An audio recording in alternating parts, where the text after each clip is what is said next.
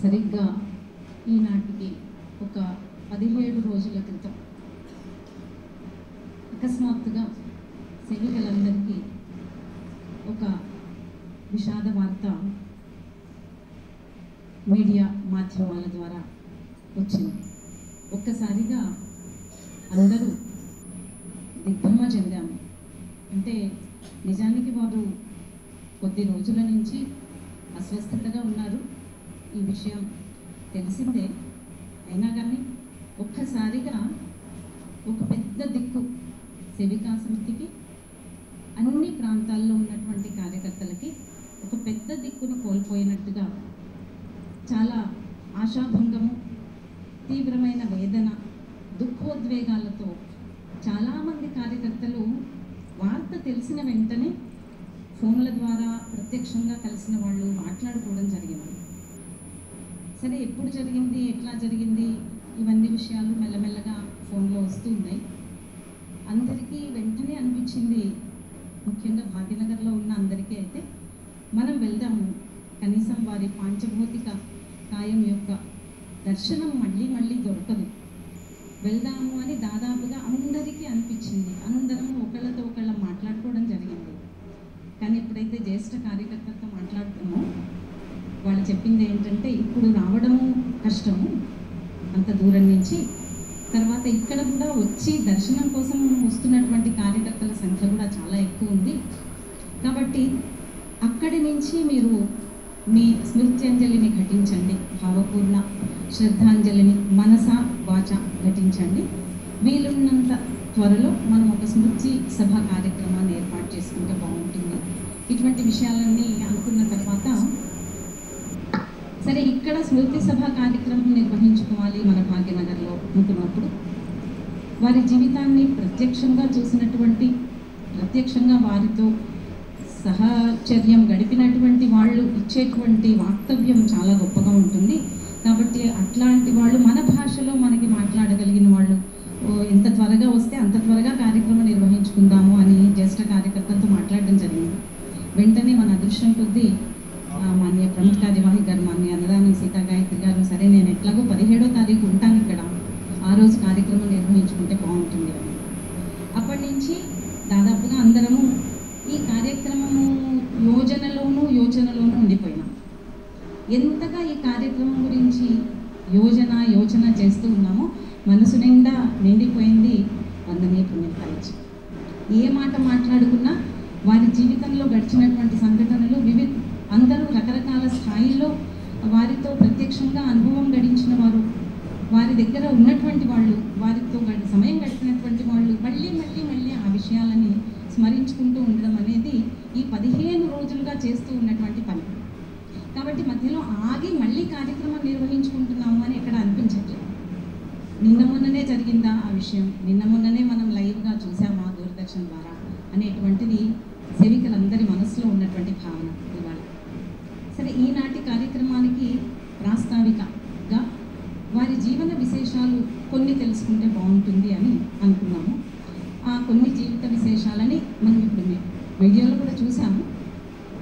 కొద్దిగా సూక్ష్మంగా కొన్ని పంచుకునేటువంటి ప్రయత్నం చేస్తాము. అయితే చెప్పుకోదగిన విషయం ఏంటంటే, తర్వాత మాన్య సీతక్క మాట్లాడుతూ చెప్పారు, అంటే ప్రచారకులకి ప్రచారికలకి ప్రసిద్ధి పరాన్ముఖత అనేది ఎంత శిఖర స్థాయిలో ఉంటుంది అనేది అర్థమైంది వారు మాట్లాడిన తర్వాత. వారు చెప్పారు, ఆధార్ కార్డు ఆధారంగా వారి పేరు, పుట్టుక, తండ్రి, ఈ విషయాలు తెలిసినాయి, కానీ వారి తల్లి పేరు తెలుసుకోవడానికి చాలా ప్రయత్నం చేయాల్సి వచ్చింది. అసలు అది విన్న తర్వాత కార్యకర్తలందరి మనస్సులో కూడా, ఓహో, సమితి సంఘ కార్యకర్త అంటే జీవించవలసిన విధానం ఇది. ఇందాకనే అక్క మాట్లాడుతూ అన్నారు, స్వోత్కర్ష మనం తగ్గించుకునే ప్రయత్నం చేయాలి. దానికి ప్రత్యక్ష నిదర్శనం, ఒక సజీవ ఉదాహరణ వందనీయ పుణ్యతాయిజీ నుంచి. వారి జననం మహారాష్ట్రలోని నందూర్బార్ సమీపంలో కలోఢేలో వారి అమ్మమ్మ గారి ఇంట్లో జరిగింది. వారు పుట్టిన తిథి జ్యేష్ఠ శుద్ధ అష్టమి, 8th June 1929 వారు పుట్టినటువంటి సంవత్సరం. వారి తల్లిదండ్రులు భగీరథి భాయ్ భాస్కర్జీ. అయితే చిన్నతనంలోనే వారికి పితృవియోగం జరిగిన కారణంగా వారి విద్యాభ్యాసం అంతా కూడా మహారాష్ట్రలోని సమీపంలో ఉన్నటువంటి దగ్గర ఊర్లలో వేరే ఊర్లలో వారి విద్యాభ్యాసం జరిగింది. తల్లి, 2 చిన్న తమ్ముళ్ళు, ఒక సోదరి, వీరి బాధ్యతలు కూడా వారి మీద ఉండిపోయినాయి. వారి విద్యాభ్యాసం పూర్తి చేసుకుని వారు టీచింగ్ ప్రొఫెషన్లో కొన్ని రోజులు పనిచేశారు. అట్లాగే వారు ఉన్నత విద్య సాధించి ఆడిట్ విభాగంలో ఉన్నత పదవిని కూడా అధిరోహించడం జరిగింది. అయితే చిన్నప్పటి నుంచే కుటుంబం పరంగా వందనీయ మౌసీజీ కుటుంబంతో సాన్నిధ్యం ఉన్న కారణంగా వారు అప్రయత్నంగానే రాష్ట్ర సేవికా సమితితో జోడింపబడ్డారు. కాబట్టి బాల్యావస్థ నుంచి రాష్ట్ర సేవికా సమితితో ఉండడము, సమితి కార్యంలో ఉండడము, ప్రముఖ సంచాలికలందరితో కలిసి పనిచేయడము, వందనీయ మౌసీజీతో చాలా సాన్నిధ్యంగా పనిచేయడము, వీటన్నిటి ద్వారా వారి వ్యక్తిత్వం మరింత మెరుగుదిద్దబడింది. ఉన్నత పదవిలో ఉండి కూడా 12 సంవత్సరాల ముందుగానే వారు స్వచ్ఛంద పదవీ విరమణ చేసి పూర్తి సమయ కార్యకర్తగా సమితి కార్యంలో తమ జీవితాన్ని పూర్తిగా చందనంలాగా సమర్పించుకున్నారు. ముఖ్యంగా ప్రముఖ సంచాలకులందరితో వారు కలిసి చాలా దగ్గరగా పనిచేశారు. అంతేకాదు సంఘ విషయంలో ఆలోచిస్తే పరమ పూజనీయ డాక్టర్జీతో మొదలుపెట్టి ఈనాటి పూజనీయ సర్ సంఘచాలక్జీ, మాన్య మోహన్జీ భాగవత్ గారితో సహా అందరితోనూ వారికి ఆత్మీయ సంబంధం ఉండేది. వారి వ్యక్తిత్వం మొత్తం ఇతర జ్యేష్ఠ కార్యకర్తల మాదిరిగానే హిందూ ములించి శాఖలోనే జరిగింది. అదే శాఖలో వీరి వ్యక్తిత్వం తీర్చిదిద్దబడింది. వీరికి చాలా ఇష్టమైనటువంటి విషయాలు ఉండేవి. పత్రలేఖనం, ఉత్తరాలు రాయడం వారికి చాలా ఇష్టం. రిజిస్టర్స్ మెయింటైన్ చేయడం, వ్రాత పుస్తకాలు రాయడం, లెక్కలు రాయడం, లెక్క జమ అంతా కూడా పద్ధతిలో రాయటం, ఇటువంటి విషయాలన్నీ జ్యేష్ఠ కార్యకర్త మాన్య కాకూజీ దగ్గర నేర్చుకుంటే, అట్లాగే స్వచ్ఛత, సువ్యవస్థిత, సౌందర్యము, కళాత్మకత, వీటిని ప్రతి పనిలోనూ జోడించే పద్ధతి వారికి వందనీయ మౌసీజీ ద్వారా లభించింది. అట్లాగే వారు కార్య విస్తరణ కోసం వారి ప్రొఫెషనల్గాను నేర్చుకున్నటువంటి అనేక భాషలు వారికి కార్య విస్తరణలో ముందుకు వెళ్ళటానికి తోడ్పడినాయి. హిందీ, మరాఠీ, ఆంగ్ల, సంస్కృత భాషల్లో వారికి మాస్టరీ ఉండేది, అద్భుతమైనటువంటి ప్రావీణ్యం ఉండేది. ముఖ్యంగా మకర సంక్రమణము, సంక్రాంతి, తర్వాత రక్షాబంధన్ సందర్భాల్లో సేవికలందరికీ, కార్యకర్తలందరికీ శుభాకాంక్షలు రాస్తూ ఉండేవారు. ఆల్రెడీ ప్రింటెడ్ ఉన్నటువంటి కార్డ్స్ మీద కూడా వారు కావాలని ప్రయత్నపూర్వకంగా స్వయంగా తమ స్వదస్తూరితోటి కనీసం ఒక 2-3 లైన్లు వారు రాసి కార్యకర్తలకి ఆ లేఖలని అందించేటువంటి ప్రయత్నం చేసేవారు. ఎవరైతే వారి స్వదస్తూతి తోటి వచ్చినటువంటి ఉత్తరాలు అందుకున్నారో సేవికలకి జీవితకాలం పనిచేయడానికి కావలసినటువంటి ప్రేరణ ఆ ఉత్తరాల ద్వారా లభించేది. అట్లాగే గతంలో చరిత్రలో మనం చూసుకున్నట్టయితే సంఘంపై నిషేధం విధింపబడిన ప్రతిసారి 1948లో కావచ్చు, తర్వాత ఎమర్జెన్సీ కాలంలో కావచ్చు, ఎప్పుడైతే సంఘం మీద నిషేధం విధించబడిందో సమితి మీద ప్రత్యక్షంగా నిషేధం విధించబడకపోయినా సమితి ప్రత్యక్ష కార్యం అనేది ఆగిపోయింది. అప్పుడు అట్లాగే మహిళల ఏకత్రీకరణలు జరిపిస్తూ ఉండడము, అంతేకాకుండా ముఖ్యంగా ఎమర్జెన్సీ నాటి కాలంలో సాహిత్యం అంటే కరపత్రాలు ప్రింట్ చేయడానికి కావాల్సినటువంటి సాహిత్యము చీర కొంగులో దాచిపెట్టుకుని ప్రింటింగ్ ప్రెస్కి వెళ్ళడము లాంటి అనేక కార్యాలు వారు ముందుండి నిర్వహించారు. వారి వెనకాల సేవికలందరూ కూడా వెళ్ళేవాళ్ళు. నిషేధం ఎత్తివేత కోసం మహిళలందరినీ ఏకత్రితపరచడం, సత్యాగ్రహాలు చేసేటువంటి మహిళా బృందాలని తయారు చేయడం, వాళ్లలో ధైర్యాన్ని నింపడం, ఇటువంటి అనేక కార్యక్రమాలు వందనీయ తాయిజీ అసమాన ధైర్యంతో చేసేవారు. రాష్ట్ర కార్యం అనేటువంటి ధ్యేయ నిష్ఠతో వారి శరీరం పూర్తిగా అభిమంత్రితమైపోయింది. ఫలితం ఏమిటి అంటే అనేక రకాల భౌతికపరమైనటువంటి ఆటంకాలు, వారి శరీరం రకరకాల అనారోగ్యాలకి గురైనప్పటికీ కూడా అదేది వారి శరీరాన్ని బాధించేది కాదు. అవన్నిటిని కూడా అధిగమించి కార్యంలో ముందుకు వెళ్ళేటువంటి ప్రయత్నం వారికి సాధ్యమైంది. అదే సమయంలో వారికి ఆంధ్ర ప్రాంత పాలకత్వం ఇవ్వబడింది సమితి విస్తరణలో భాగంగా, కార్య విస్తరణలో. అట్లా ఇక్కడ ఆంధ్ర ప్రాంతంలో పనిచేసేటప్పుడు వారి కుశలత కారణంగా, సంఘటన కౌశల్యం కారణంగా వారికి ఒక ఆణిముత్యం దొరికింది. ఆంధ్రప్రదేశ్లో బౌద్ధిక, శారీరక, గీత్ ఇట్లా అన్ని విషయాలలోనూ అత్యధిక ప్రావీణ్యం ఉన్నటువంటి మాన్య ఆకెళ్ల సీతాలక్ష్మి గారు అనేటువంటి ఒక లభించడం జరిగింది. తర్వాత చాలాసార్లు సీతాలక్ష్మి గారు తమ లేఖలలోనూ ప్రత్యక్షంగా కార్యకర్తలతో చెప్తూ ఉండేవారు. వారు అంత ప్రావీణ్యం సాధించడానికి వందనీయ తాయిజీ యొక్క లేఖలు ఎట్లా వారికి తోడ్పడ్డాయి అనే విషయం. అట్లాగే 1978 నుంచి 2002 వరకు వారు ప్రముఖ కార్యవాహిగా అనేక దేశంలోని అన్ని ప్రాంతాలని పర్యటన చేశారు. అనేక మంది కార్యకర్తలతో వారు చాలా ఆత్మీయంగా వ్యవహరించేవారు. ఎవరి ఇంట్లో అయినా సరే కార్యకర్తల్లో సుఖ దుఃఖ సందర్భాలు, కష్ట సుఖాలు వచ్చినప్పుడు ప్రత్యక్షంగా ఫోన్ చేసి మాట్లాడేవారు లేదా ఉత్తరం రాసేవారు. దానితో చాలా స్వాంతన పొందినటువంటి సేవికలు మళ్ళీ తమ కార్యంలో ముందుకు వెళ్ళడానికి అవకాశం ఉండేది. అంతేకాదు వారు పూర్తిగా తల్లి హృదయాన్ని పూర్తిగా ఆవిష్కరించుకున్నటువంటి వారు. అక్కడ ఉన్నటువంటి పిల్లలకి స్వయంగా తమ చేతితో ఏదో ఒకటి వండి పెట్టాలి అని చాలాసార్లు వారు చేస్తూ ఉండేవారు. వారి చేతి రుచిని ఆస్వాదించినటువంటి సంఘ సమితి కార్యకర్తలు ఎందరో ఈనాడు వారి స్మృతిని మళ్ళీ గుర్తు చేసుకుంటూ ఉన్నారు. గత కొన్ని నెలలుగా వారు పూర్తిగా విశ్రాంతి స్థితిలోనే ఉన్నారు నిజానికి. అప్పుడు కూడా కలవటానికి వెళ్ళినటువంటి సంఘ జ్యేష్ఠ కార్యకర్తలు వెళ్ళినప్పుడు ఏమైనా తిన్నారా అని వాళ్ళని అడగటం, అక్కడ ఉన్నటువంటి కార్తలకి వాళ్ళకి ఏదైనా పెట్టండి తినటానికి, లేకపోతే మిఠాయి ఇవ్వండి అని చెప్పటం తలుచుకుంటే ఒక్కసారి హృదయం కదిలిపోతుంది మనకందరికీ. ఇది ప్రత్యక్షంగా మేము అనుభవించాం. గత నెల జూలైలో అఖిల భారతీయ బైఠక్స్ జరిగిన సందర్భంగా బైఠక్స్ చివరి రోజున మేము వందనీయ తాయిజీని దర్శించడానికి వెళ్ళాం. నిజానికి వారు పూర్తిగా మంచం మీద ఉన్నారు. అయినా సరే వారి చేతిని స్పర్శ మా తల మీద పెట్టి ఆశీర్వదించారు. మిఠాయి మాకందరికీ కూడా ఇవ్వడం జరిగింది. అట్లా ఆశీర్వాదం పొంది వచ్చినటువంటి వాళ్ళలో మేము కూడా ఉన్నాం. కాకపోతే అదే చివరి కలయిక కానీ వరము కూడా ఊహించలేదు. అంతేకాకుండా 1990లో కాశ్మీర్ ఉద్యమ సమయంలోనూ 2001లో గుజరాత్లో భూకంపం వచ్చినప్పుడు, పంజాబ్లో మోగా హత్యాకాండ అనంతరం జరిగినటువంటి పరిస్థితుల్లో సమితి ద్వారా నిర్వహించబడినటువంటి అనేక కార్యక్రమాలు చూస్తే మనకు అర్థమవుతుంది వారి సఫల నాయకత్వం ఎంత గొప్పగా ఉండింది. సమితి కార్య విస్తరణ కోసం వారు ఇందాక వీడియోలో కూడా చూసాం, సౌత్ ఆఫ్రికా, కెన్యా, శ్రీలంక ఇలా అన్ని దేశాలకి పర్యటన చేశారు. ఇందాక వీడియోలో కూడా ఆ మాట వచ్చింది ప్రస్తావన. 9 గజాల మహారాష్ట్ర చీరకట్టుతోటి వారు ఆ విమానాలు ఎక్కి అక్కడ ఉన్నటువంటి అధికారులందరితోటి ఆంగ్లంలో అనర్గళంగా మాట్లాడుతుంటే చూసే వాళ్ళకి చాలా అబ్బురంగా ముచ్చటగా ఉండేది.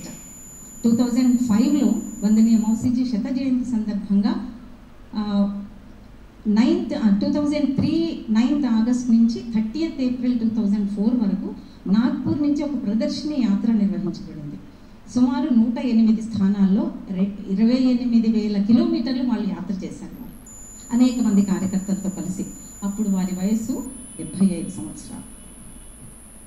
అసమాన ధైర్యస్థైర్యాలు, అద్భుతమైన ఇచ్ఛాశక్తి వారి సొంతం. అమెరికా పర్యటన సందర్భంగా న్యూజెర్సీ సిటీ వారిని ఆనరరీ సిటిజన్షిప్ ఇచ్చి గౌరవించింది. అట్లాగే 2020లో SNDT యూనివర్సిటీ డీలిట్ పదవిని కూడా వారికి ప్రసాదించడం జరిగింది. చివరి వరకు వారు మనస్సులో నిరంతరం రాష్ట్ర మందిర నిర్మాణ ధ్యేయ స్ఫూర్తితో నిరంతరం మననం చేస్తూ ఉండేవారు.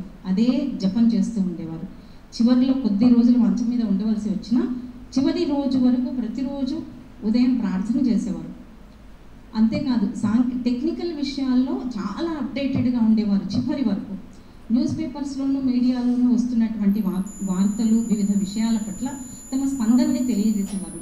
బాగున్నవి చాలా బాగున్నాయి అని అభినందన చెప్పడం, సవరించుకోవాల్సిన విషయాలు ఉంటే ఆ వయసులో కూడా వాళ్ళకి ఫోన్ చేసి లేఖ రాసి ఈ విషయం సవరించుకోవాల్సిన అవసరం ఉంది అని చెప్పి సూచనలు కూడా తెలియజేస్తూ ఉండేవారు. మనస వారు తరుణ వయస్కులు. మనస నిరంతర కార్యశీలి. వందనీయ ప్రమీల తాయిజీ నిత్య ప్రేరణా కేంద్రంగా మనకందరికీ నిలిచిపోయినారు. ఆ రకంగా వారు ఎప్పటికీ స్మృతులలో నిలిచే ఉంటారు. ఈనాడు భౌతికంగా లేకపోయినా ఒక దీపంగా మనకి వారి చూపుతోనే మనకి మార్గదర్శనం చేస్తూ ఉంటారు. వారి భౌతిక కాయాన్ని చివరిలో వైద్యశాస్త్ర పరిశోధనల కోసం ఎయిమ్స్ నాగ్పూర్కి అందజేసిన వారి స్మృతి మనకి సదా ఒక దీపంలాగా దారి చూపుతూనే ఉంటుంది. ఇట్లా ఇంకా ఈ కార్యక్రమంలో అనేకుల అనుభవాల యొక్క స్మృతి కణాల మణులను ఏరుకుని మనం మళ్ళీ మన కార్యంలో ముందుకు సాగుదామని చెప్తూ సెలవు తీసుకుంటాం.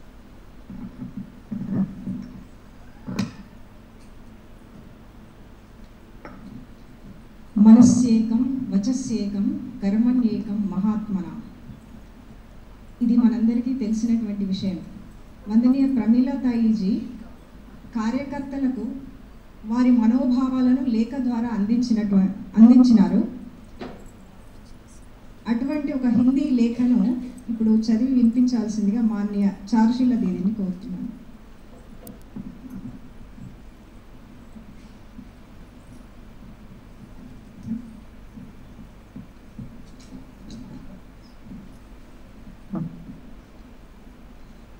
वंदे मातरम। प्रिय सेविका बहनों, स्नेहित अभिनंदन। दिनांक 1/3/2001 को मैंने एक अभिवादन पत्र लिखा था। तब मेरे पास प्रमुख संचालिका का दायित्व था। दिनांक 20 अगस्त 2012 को उस दायित्व से मुक्त होने के पश्चात उस पत्र को निराश करके हुए आज दिनांक 23 जनवरी 2013 को सुभाष चंद्र जी की जयंती के दिन पुनः लिख रही हूँ। गत 5-6 दिनों में घटने वाली राजनैतिक उथल-पुथल एवं दिनांक 16 दिसंबर को घटित घृणास्पद राक्षसी क्रूरतापूर्ण लज्जास्पद प्रसंग के कारण मन में अनेक प्रकार की भावनाएं उमड़ कर आई और ऐसा लगा कि हमने अनेक आयामों में कार्यों से समिति कार्य को आगे ले जाने का आवश्यकता है। संस्कारों की प्रक्रिया बहुमुख करेंगे। परिवार की हिंदू संगठन की सागर रूपी विशाल परिवार के घटक होने के कारण यह परिस्थिति बदलने का दायित्व हम सबका है। हर क्षेत्र में राष्ट्र, धर्म, संस्कृति का प्रभाव विचार एवं व्यवहार में हृदय रूप से प्रकट होना चाहिए। उनके साथ किसी भी परिस्थिति में समझौता हम नहीं करेंगे और करने नहीं देना। इतना हमारा सामर्थ्य निर्माण करने की नितांत आवश्यकता है। यह एकमेव प्राथमिकता का विषय होना चाहिए। तेजस्वी हिंदू राष्ट्र का अपना संकल्प तभी सफल होगा। आवश्यक है हमारी सकारात्मक सूझबूझ बांटने की। अपनी व्यक्तिगत महत्वाकांक्षाओं के कोने इतने अनुकूल न हो कि साथ चलने वाली साथी लहूलुहान होकर अपना साथ ही छोड़ दे। हर व्यक्ति में महत्वाकांक्षा आवश्यक है, परंतु वह पूर्ण करने की लालच में संगठन कलंकित बदनाम न हो।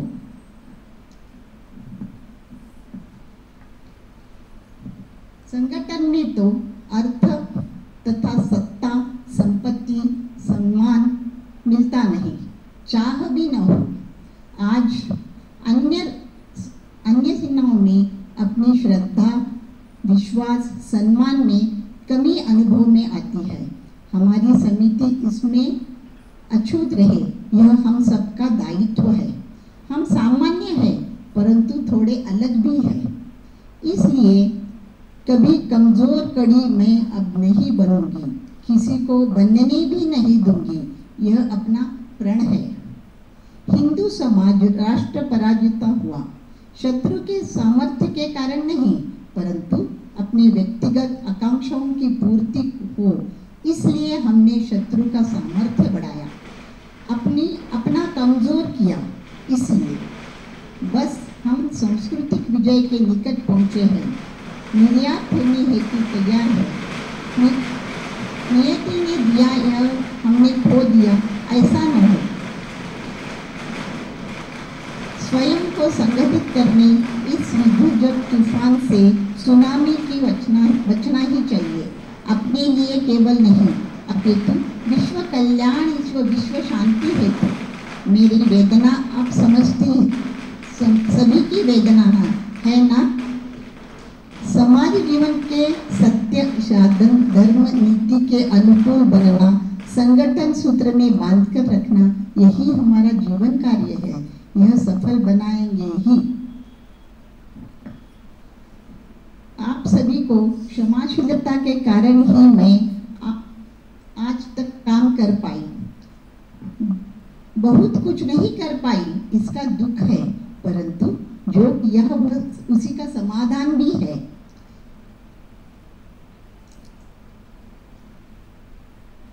वह प्रामाणिकता से कार्य में मैं प्रामाणिकता से कार्य करती हूँ, इसका भी समाधान है।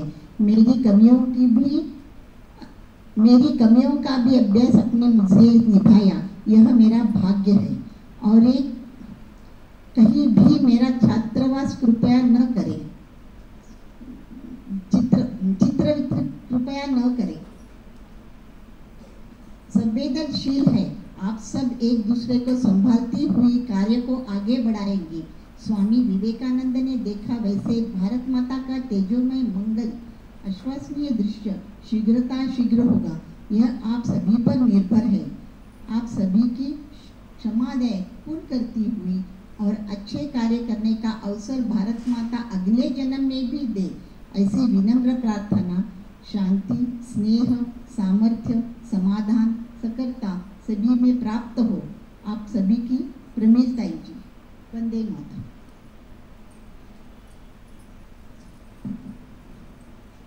సాయిజీ హిందీలో రాసినటువంటి లేఖకి తెలుగు అనువాదం కూడా చేయబడింది. దాన్ని చదివి వినిపించాల్సిందిగా మాన్య గుడిమెల్ల అనంతలక్ష్మి గారిని కోరుతున్నాను.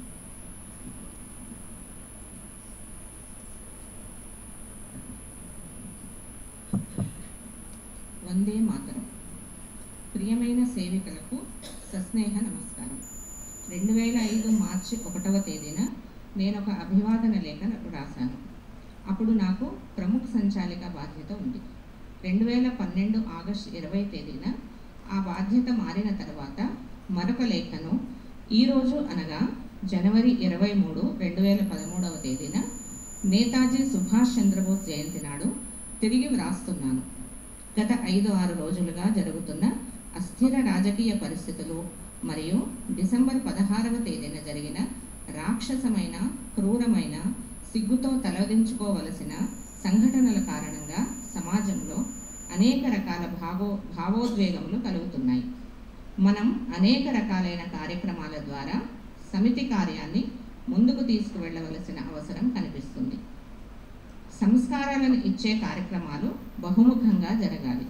మనము మన కుటుంబానికి, హిందూ సంఘటనకు, సాగరమంత విశాల సమాజ రూప కుటుంబానికి, హిందూ సంఘటనకు ఘటకులమైన కారణంగా ఈ పరిస్థితులను మార్చవలసిన బాధ్యత మనందరిది. ప్రతి క్షేత్రంలోనూ రాష్ట్రము, ధర్మము, సంస్కృతుల ప్రభావము ఆలోచనల్లోనూ వ్యవహారంలోనూ కనిపించే విధంగా ప్రకటించబడాలి. దీనితో పాటుగా ఎట్టి పరిస్థితులలోనూ ఒప్పందాలు చేసుకోనంతగా మన సామర్థ్యాలను పెంచుకోవలసిన అవసరం ఉంది. దీనికి ప్రాధాన్యత ఇచ్చినప్పుడు మాత్రమే మన సంకల్పమైన తేజస్వి హిందూ రాష్ట్ర నిర్మాణ కార్యం సఫలమవుతుంది. మన సకారాత్మక ఆలోచనలను పెంచుకోవలసిన అవసరం ఉంది. మన వ్యక్తిగత మహత్వాకాంక్ష వలన మనతో పాటు నడిచే సేవికలు మన సాంగత్యాన్ని వదిలిపెట్టే పరిస్థితి రానియకూడదు. ప్రతి వ్యక్తికి మహత్వాకాంక్ష అవసరమే అయినప్పటికీ దానిని పూర్తి చేసుకోవడంలో సంఘటనను కళంకితం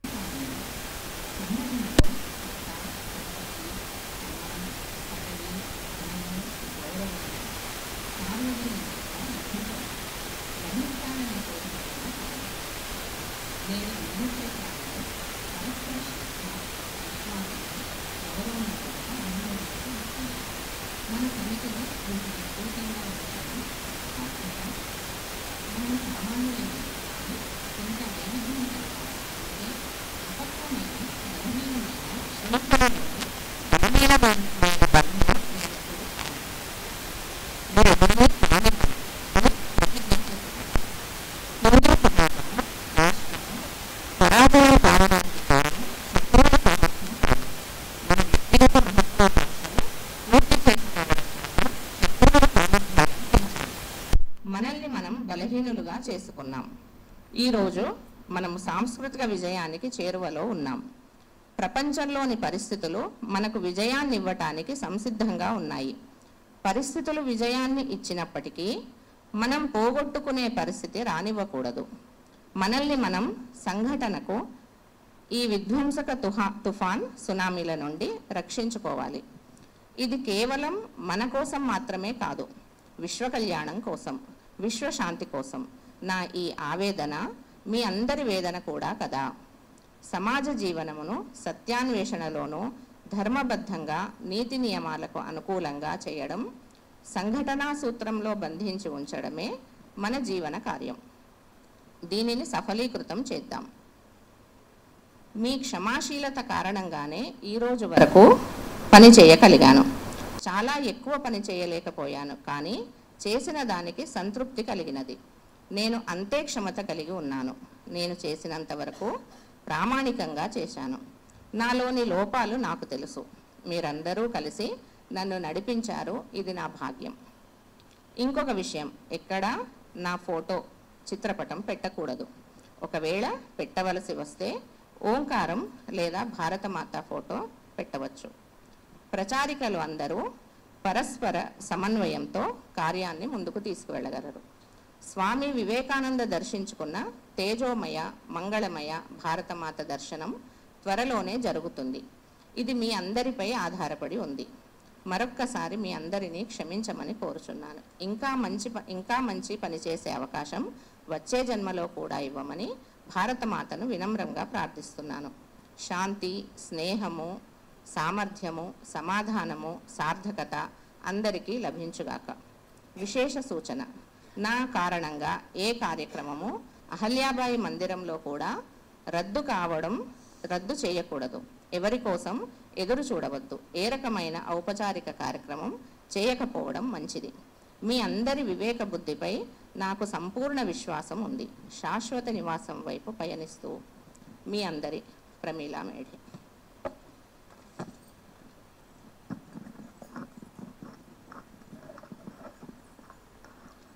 స్మరణీయం, అనుసరణీయం. ప్రమీలాతాయి మీ జీవన గమనం అనుపమానం, నిరుపమానం, నిర్భయకరం, నిత్య ప్రేరకం, నియతాచరణం, భావస్ఫోరకం, భావగర్భితం. వందనీయ తాయిజీతో కలిసి వారి మార్గదర్శనంలో పనిచేసినటువంటి అనేక మందికి ఈ అనుభూతి ఉన్నది. మనలో కొంతమందిని అందరికీ చెప్పే అవకాశం లేదు.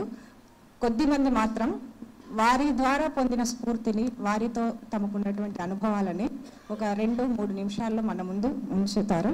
అందులో ముందుగా మాన్య మాగంటి అరుణ గారు, ప్రాంత సంచాలిక.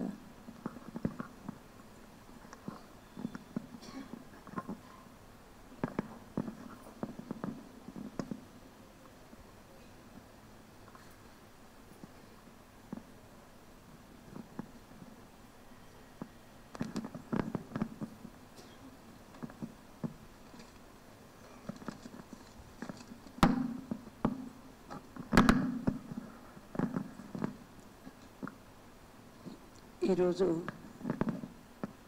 చాలా బాధగా జరుపుకున్నటువంటి కార్యక్రమం ఇది. చాలా భారంగా కూడా మన మనసులన్నీ నిండిపోయాయి. మన మధ్యలో ఒక అత్యున్నతమైనటువంటి వ్యక్తి, ఆదర్శమూర్తి, మాతృమూర్తి వందనీయ ప్రమీలా తాయిజీ మనకి ఇక లేరు అంటే అది తట్టుకోలేనటువంటి బాధించే విషయం. చూస్తుండగా 18 రోజులు గడిచిపోయాయి. తాయిజీ వెళ్ళిపోయి, ప్రతి మనిషికి సహజము. ఆ ఒక్కదాన్ని మనం శాసించలేము. కాబట్టి వారు మిగిల్చినటువంటి అనుభూతులు, అనుభవాలు, వారు పంచిన ప్రేమ మనతో నిలిచిపోయింది. 1978లో నాకు రాష్ట్ర సేవికా సమితి పరిచయం జరిగింది. ప్రారంభంలో నాకు పరిచయమైనటువంటి వ్యక్తులు ఇద్దరే, అఖిల భారత అధికారులు, మాన్య సీతాలక్ష్మి గారు, వందనీయ ప్రమీలా తాయిజీ గారు. సీతాలక్ష్మి గారు వారిని చూస్తే కాస్త జంకుగా ఉండేది, కాస్త భయంగా ఉండేది. కానీ ప్రమీలా తాయిజీ గారిని చూస్తే వారి కళ్ళల్లో మాతృత్వ భావన కనిపించేది. వారు మాట్లాడితే ఒక ప్రేమ, ఆత్మీయత, వాత్సల్యపూరితమైనటువంటి అనుభూతి కలిగేది. వారు నవ్వితే కూడా చిన్న పిల్లలు, పసిపిల్లలు నవ్వినట్టు అనిపించేది. ముఖ్యంగా వారి కట్టు, బొట్టు, వారు ఏ పని చేసినా కూడా దానికి ఒక పద్ధతి అనేది ఉండేది. అప్పుడు మేము కొత్తగా సమితిలో వచ్చినాం కాబట్టి వారు చేసే ప్రతి కదలికను కూడా మేము అబ్జర్వ్ చేయడం అదొక అదృష్టంగా భావించినాము. అంటే ఈ రాష్ట్ర శ్రీకార సమితిలో పని చేయడము, దీంట్లోకి రావడము ఒక గొప్ప అదృష్టంగా భావించి తాయిజీ నుండి చాలా నేర్చుకోవాలి అనేటువంటి ఆలోచన కలిగింది నాకైతే. ముఖ్యంగా వారు మాట్లాడినా కూడా ఇంత ఆత్మీయంగా, ప్రేమగా, హిందీ, ఇంగ్లీషు ఇంత చక్కటి సరళమైన భాషలో మాట్లాడడము. అప్పుడు హిందీ మాట్లాడాలంటే నాకు భయం వేసేది, ఎందుకంటే మనం తెలంగాణలో ఉన్నాము, ఉర్దూ కలుస్తుంది కాబట్టి వారితో మాట్లాడాలంటే భయం వేసేది. తాయిజీతోటి ఇంగ్లీష్ కూడా ఇంత చక్కటి సరళమైన భాషలో ప్రతి ఒక్కరికి కూడా, చదువు రాని వాళ్ళందరికీ కూడా అర్థమయ్యే రీతిలో వారు మాట్లాడేది. అక్కడ కార్యక్రమం అయిపోయినాక వరంగల్లో కొంతమంది పెద్దవాళ్ళు, మాతలు వాళ్ళందరితో సమావేశం పెట్టినా కూడా వాళ్ళందరూ హిందీ రాని తల్లులు తెలుగులో ప్రశ్నలు ఇస్తుంటే వారు తెలుగు రాని ఆ మాతృమూర్తి హిందీలో సమాధానం చెప్పేది. కానీ అందరికీ అర్థమయ్యేది వారి భాష. వీళ్ళు మాట్లాడే విషయం, తాయిజీ చెప్పే విషయం చాలా ఆనందించేవారు ప్రతి ఒక్కరు కూడా. తాయిజీ గురించి చెప్పాలంటే వారు ఒక పెద్ద గని, తోడుకుంటూ పోతుంటే ఎన్నని చెప్తాం, మనం చెప్పలేము. చాలా విషయాలు ఉన్నాయి. కానీ ఒక 2-3 విషయాలు మీ ముందు ఉంచదలుచుకున్నాను. 1983లో అనుకుంటా శిక్ష వరకు జరిగింది వరంగల్లో. అప్పుడు తాయిజీ రావడం జరిగింది. పదసంచలనం చేస్తుంటే తాయిజీ ముందు నడుస్తున్నారు, వారు వెనుక మేము నడుస్తున్నాం. వారు పెద్ద పెద్ద అడుగులు వేస్తూ పోతుంటే మేము పరిగెత్తే స్థితిలో మేము ఉన్నాం. అట్లా అనిపించేది. వారు పోలీసులు వచ్చి ఆపడం జరిగింది.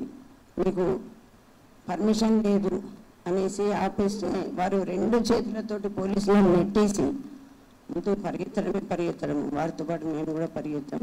వాళ్ళు అరెస్ట్ చేశారు, లోపల ఉంచారు. అప్పుడు కూడా అసలు తాయిజీ మాట్లాడడం చూస్తుంటే అసలు ఎంత దృఢ సంకల్పంతో వారు మాట్లాడిందంటే అవన్నీ కూడా నిజంగా మా మనసులో అట్లానే నిలిచిపోయాయి. తర్వాత మళ్ళీ సంచలనం ప్రారంభం చేసినాం అక్కడ పబ్లిక్ గార్డెన్ అండ్ కలెక్టరేట్ వరకు కూడా. ఆ తెల్లవారి సమారోప కార్యక్రమానికి కావాల్సిన పనులన్నీ చూడాలి అంటే అప్పుడు ఏబీపీ పిల్లలు చాలా సహకరించేవారు నాకు. అప్పుడు ఆ పిల్లల్ని పిలిస్తే వాళ్ళు కట్టా సుధాకర్ అని పూర్తి సమయ కార్యకర్త అప్పుడు ఏబీపీలో, ఇప్పుడు బీజేపీలో చేస్తున్నాడు. ఆ కట్టా సుధాకర్ వచ్చి ఏం కావాలక్క అని అంటే నేను అన్నాను, రేపటికి టెంట్ హౌస్ సామాన్లు కావాలి అని అన్నాను. టెంట్ హౌస్ సామాన్లు చేస్తాం అక్క, నేను పోతానన్నా. అప్పుడు ప్రణయ్ భాస్కర్ మినిస్టర్ ఉండే చనిపోయింది కదా, వాళ్ళ టెంట్ హౌస్ నుండి మీకు ఏం కావాలంటే అవి తీసుకెళ్ళండి అక్క, మీ కార్యక్రమం నాకు బాగా నచ్చింది అన్నట్టు అనేది. సుధాకర్ అక్కడికి పోయిండు, తీసుకొస్తాను పోతుంటే యాక్సిడెంట్ అయింది. కాలు ఇరిగింది.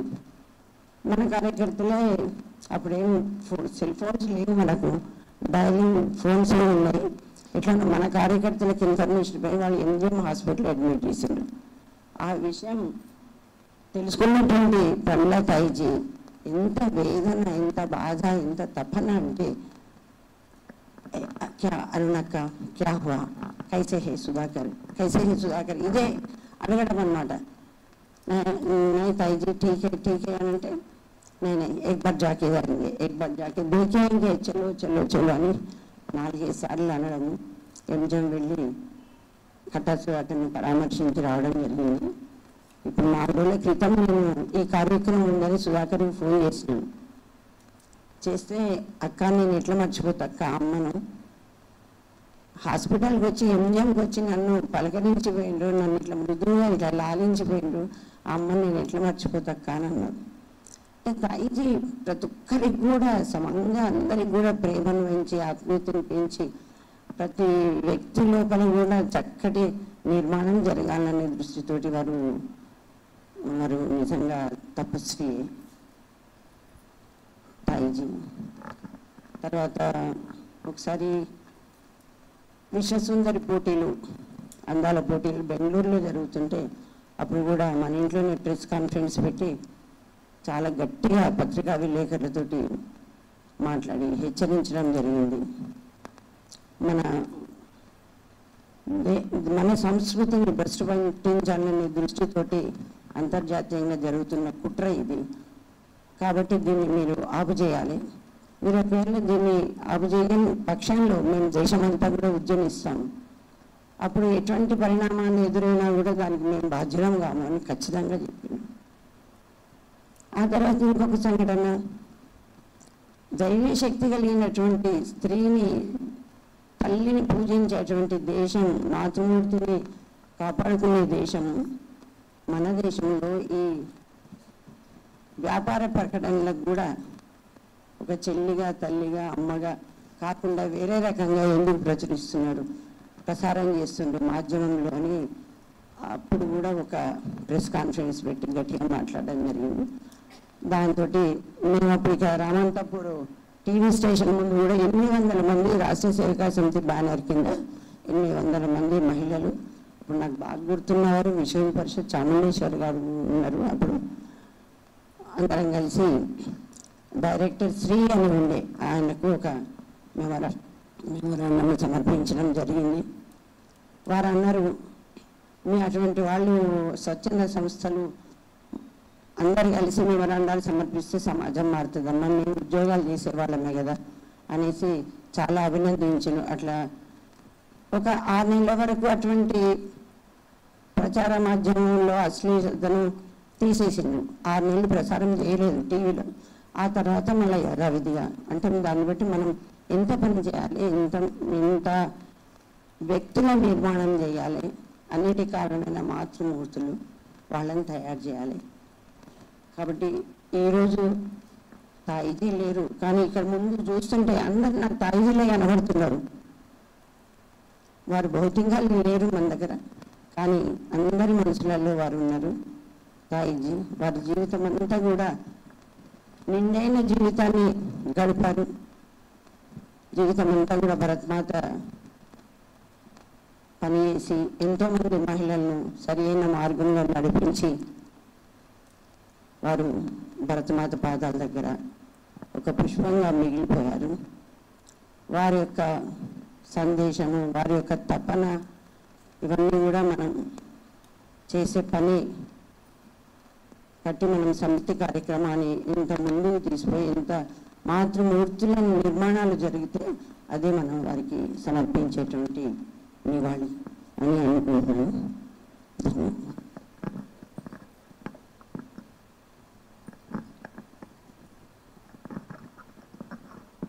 ఇప్పుడు మాన్య విజయభారతి గారు national human rights commission member, వారి అనుభవాలను తెలపాల్సిందిగా కోరుతున్నాను.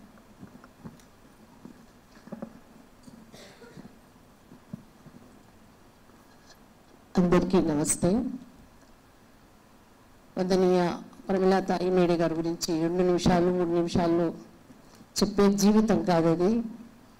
అయితే అనుభవాలంటే ఎన్నో అనుభవాలు, 1 కాదు 2 కాదు. 1983లో మొట్టమొదటిసారి వారి పరిచయం నాకు ఎలమంచిలో జరిగింది. అప్పుడు నాకు ముఖ్య శిక్షక అంటే దాని అర్థం పెద్దగా తెలియదు, కార్యవాహిక అన్నా కూడా ఏంటో తెలియదు నాకు. అటువంటి సమయం శాఖలు మాత్రం బాగా నడుపుతుండే వాళ్ళమి. వారు మొట్టమొదటిసారిగా విశాఖ సమ్మేళనానికి వచ్చి అక్కడి నుంచి వారి పర్యటనలో భాగంగా ఎలమంచిని రావడం జరిగింది. ఆ రోజు దాదాపు 80-90 మంది యువశక్తి అక్కడ శాఖలో పాల్గొనడము, వారు చాలా ఆనందపడిపోయారు. తర్వాత భోజనం జరిగే సమయంలో చాలా విషయాలు మన వాళ్ళు మాట్లాడారు. భోజనం జరుగుతుంది, ఆ భోజనం సమయంలో అందరూ కూర్చున్నారు. అంతకుముందే మధ్యాహ్నం నాకు అన్నారు, ఈ నగర కార్యవాహికగా అతన్ని ఎందుకు పెట్టకూడదు అని అంటే వెంటనే ఆకెళ్ళ సీతాలక్ష్మి గారు, నా ప్రథమ గురువు ఆకెళ్ళ సీతాలక్ష్మి గారు. ఆ తర్వాత నేను అఖిల భారత స్థాయిలో నేను కలిసిన వారు వందనీయ ప్రమిళతాయి మేడే గారు. మేము భోజనానికి కూర్చొని వాళ్ళందరికీ భోజన వ్యవస్థ ఏర్పాటు చేశాను వేరే వాళ్ళ ఇంట్లో. నగర వారేదో అన్నారు హిందీలో, మాకు హిందీ ఒక్క ముక్క రాదు అప్పుడు. వారేదో హిందీలో అన్నారు. అన్న వెంటనే సీతాలక్ష్మి అక్కయ్య గారు ఉండి, అవునులే కార్యవాహిక గారు కదా, మీరు భోజనం కూర్చోకుండా మేము చెయ్యాలి అన్నారు. నాకు కార్యవాహి కూర్చోవాలట భోజనం వాళ్ళతో పాటు. ప్రతి చిన్న విషయాన్ని ఎంత నిశితంగా గమనించేవారంటే వారు, ప్రతి వ్యక్తి గురించి అంతే ప్రేమగా కూడా ఆలోచించేవాళ్ళు. ఒక దేశభక్తి కానివ్వండి, దేశంలో వచ్చే సమస్యలు కానివ్వండి, సమితి ఒక చిన్న కార్యకర్త నుంచి పెద్ద కార్యకర్తల వరకు కూడా వాళ్ళందరి గురించి యోజన చేయడం అనేది ఎన్ని పర్యాయాలు, ఎన్ని శిక్షా వర్గాలను చూశాను, ఎన్నిసార్లు బయటకు స్కూళ్ళు గమనించాను, ఎన్నిసార్లు వాళ్ళతో మాట్లాడాను. అయితే ఈ అందరం పంచుకున్న అయితే ఒక విషయం నేను నా కుమారుడు ఎప్పుడైతే సముద్రంలో మునిగిపోయి తేలాడో పైకి, సరే వాడు బ్రతికాడు. అందరి యొక్క సేవికలు అందరి యొక్క పూజల ఫలితంగా అందరు దేవాలయాల్లో చాలా మంది పూజ చేశారు. ఆ సమయంలో అంతవరకు నాకు ఎప్పుడు ఏడుపు రాలా, భగవంతుడు ఉన్నాడు, పిల్లాడు దొరుకుతాడు. వందనీయ ప్రమీలాతాయి గారు నాకు అక్కడి నుంచి ఫోన్ చేసి వారు అడిగిన విధానం, వారు చూపించిన ఆనందం ఈరోజు కూడా నాకు నా చెవుల్లో మోగుతుంటుంది. నా బిడ్డని ఎలా అయినా బతికొస్తే ఒక మూఢనమ్మకం, ధైర్యం ఉండేది. సముద్రంలో కొట్టుకుపోయిన పిల్లవాడు కరెంట్ వేవ్స్లో మళ్ళీ పైకి తేలి శవాసతోటి నాకు ఆమె వందనీయ ప్రమీలాతాయి గారు పలకరించిన విధానం మాత్రం ఈరోజు కూడా నా చెవుల్లో ఉన్నది. అంత ప్రేమ. ఎప్పుడు కార్యాలయానికి వెళ్ళినా మా అక్కని కూడా తీసుకుని వెళ్ళా ఆమె పని మీద, తినారా లేదా, చూసారా లేదా, వాళ్ళు పెట్టారా లేదా, అయ్యో వాళ్ళు ఏమంటే కూడా ఆంధ్ర నుంచి వచ్చారు, వాళ్ళు అన్నం తింటారు, అన్నం ఎక్కువ పెట్టండి, కూరల్లో పచ్చడి తీయండి, పచ్చడి. ఒక వ్యక్తి భోజనం చేసిన శాఖలో ఒక బిడ్డకు బాగలేకపోయినా అమ్మాయి పడిపోయింది కదా, ఏమైంది, ఎట్లా ఉన్నారు, అరే సోమరాజ్ సుశీల గారు ఎలా ఉన్నారు, ఏం చేస్తున్నారు, వారితో మాట్లాడాలి ఎక్కడ. ప్రతి వ్యక్తి గురించి, వారి పరిచయంలో ఉన్న ప్రతి వ్యక్తి గురించి ఆలోచన చేస్తూ ఒక పదం చెప్పేవాళ్ళమ్మ, సంఖ్యలలోకి వచ్చిన వాళ్ళని మళ్ళీ మనం విడిపోనివ్వకూడదు. ప్రమీలాతాయి గారు ఈరోజు నేనంటే అక్కడ వాళ్ళని కలిసాను, ఇక్కడ వీళ్ళని కలిసాను అని చెప్పినప్పుడు చాలా సంబరపడిపోయి వాళ్ళని పట్టుకోవాలి, వారితో మనం రావాలి.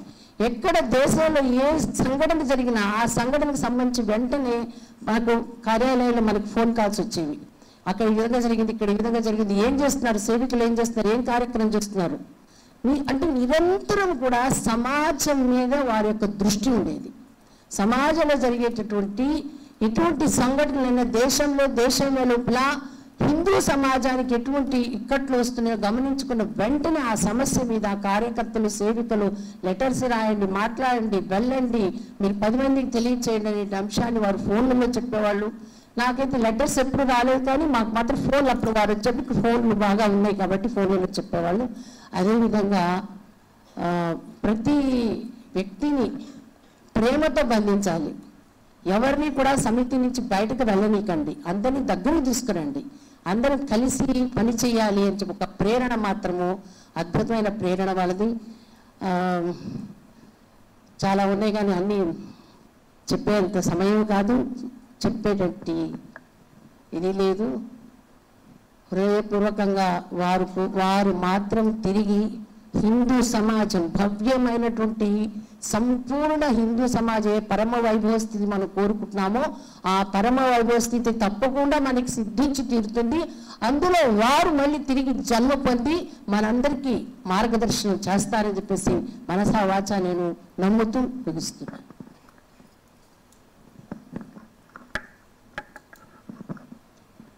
తల్లి దీవెనగా ఆలన పాలన, నిబద్ధతతో తండ్రిగా పోషణ. తాయి మీ జీవన పథం మాకు అనుసరణీయం, ఆచరణీయం. తర్వాత మాన్య ఎక్క చంద్రశేఖర్జీ, రాష్ట్రీయ స్వయం సేవక్ సంఘ్ క్షేత్ర సేవా ప్రముఖ్ గారు వారి అనుభవాలను పంచుకుంటారు.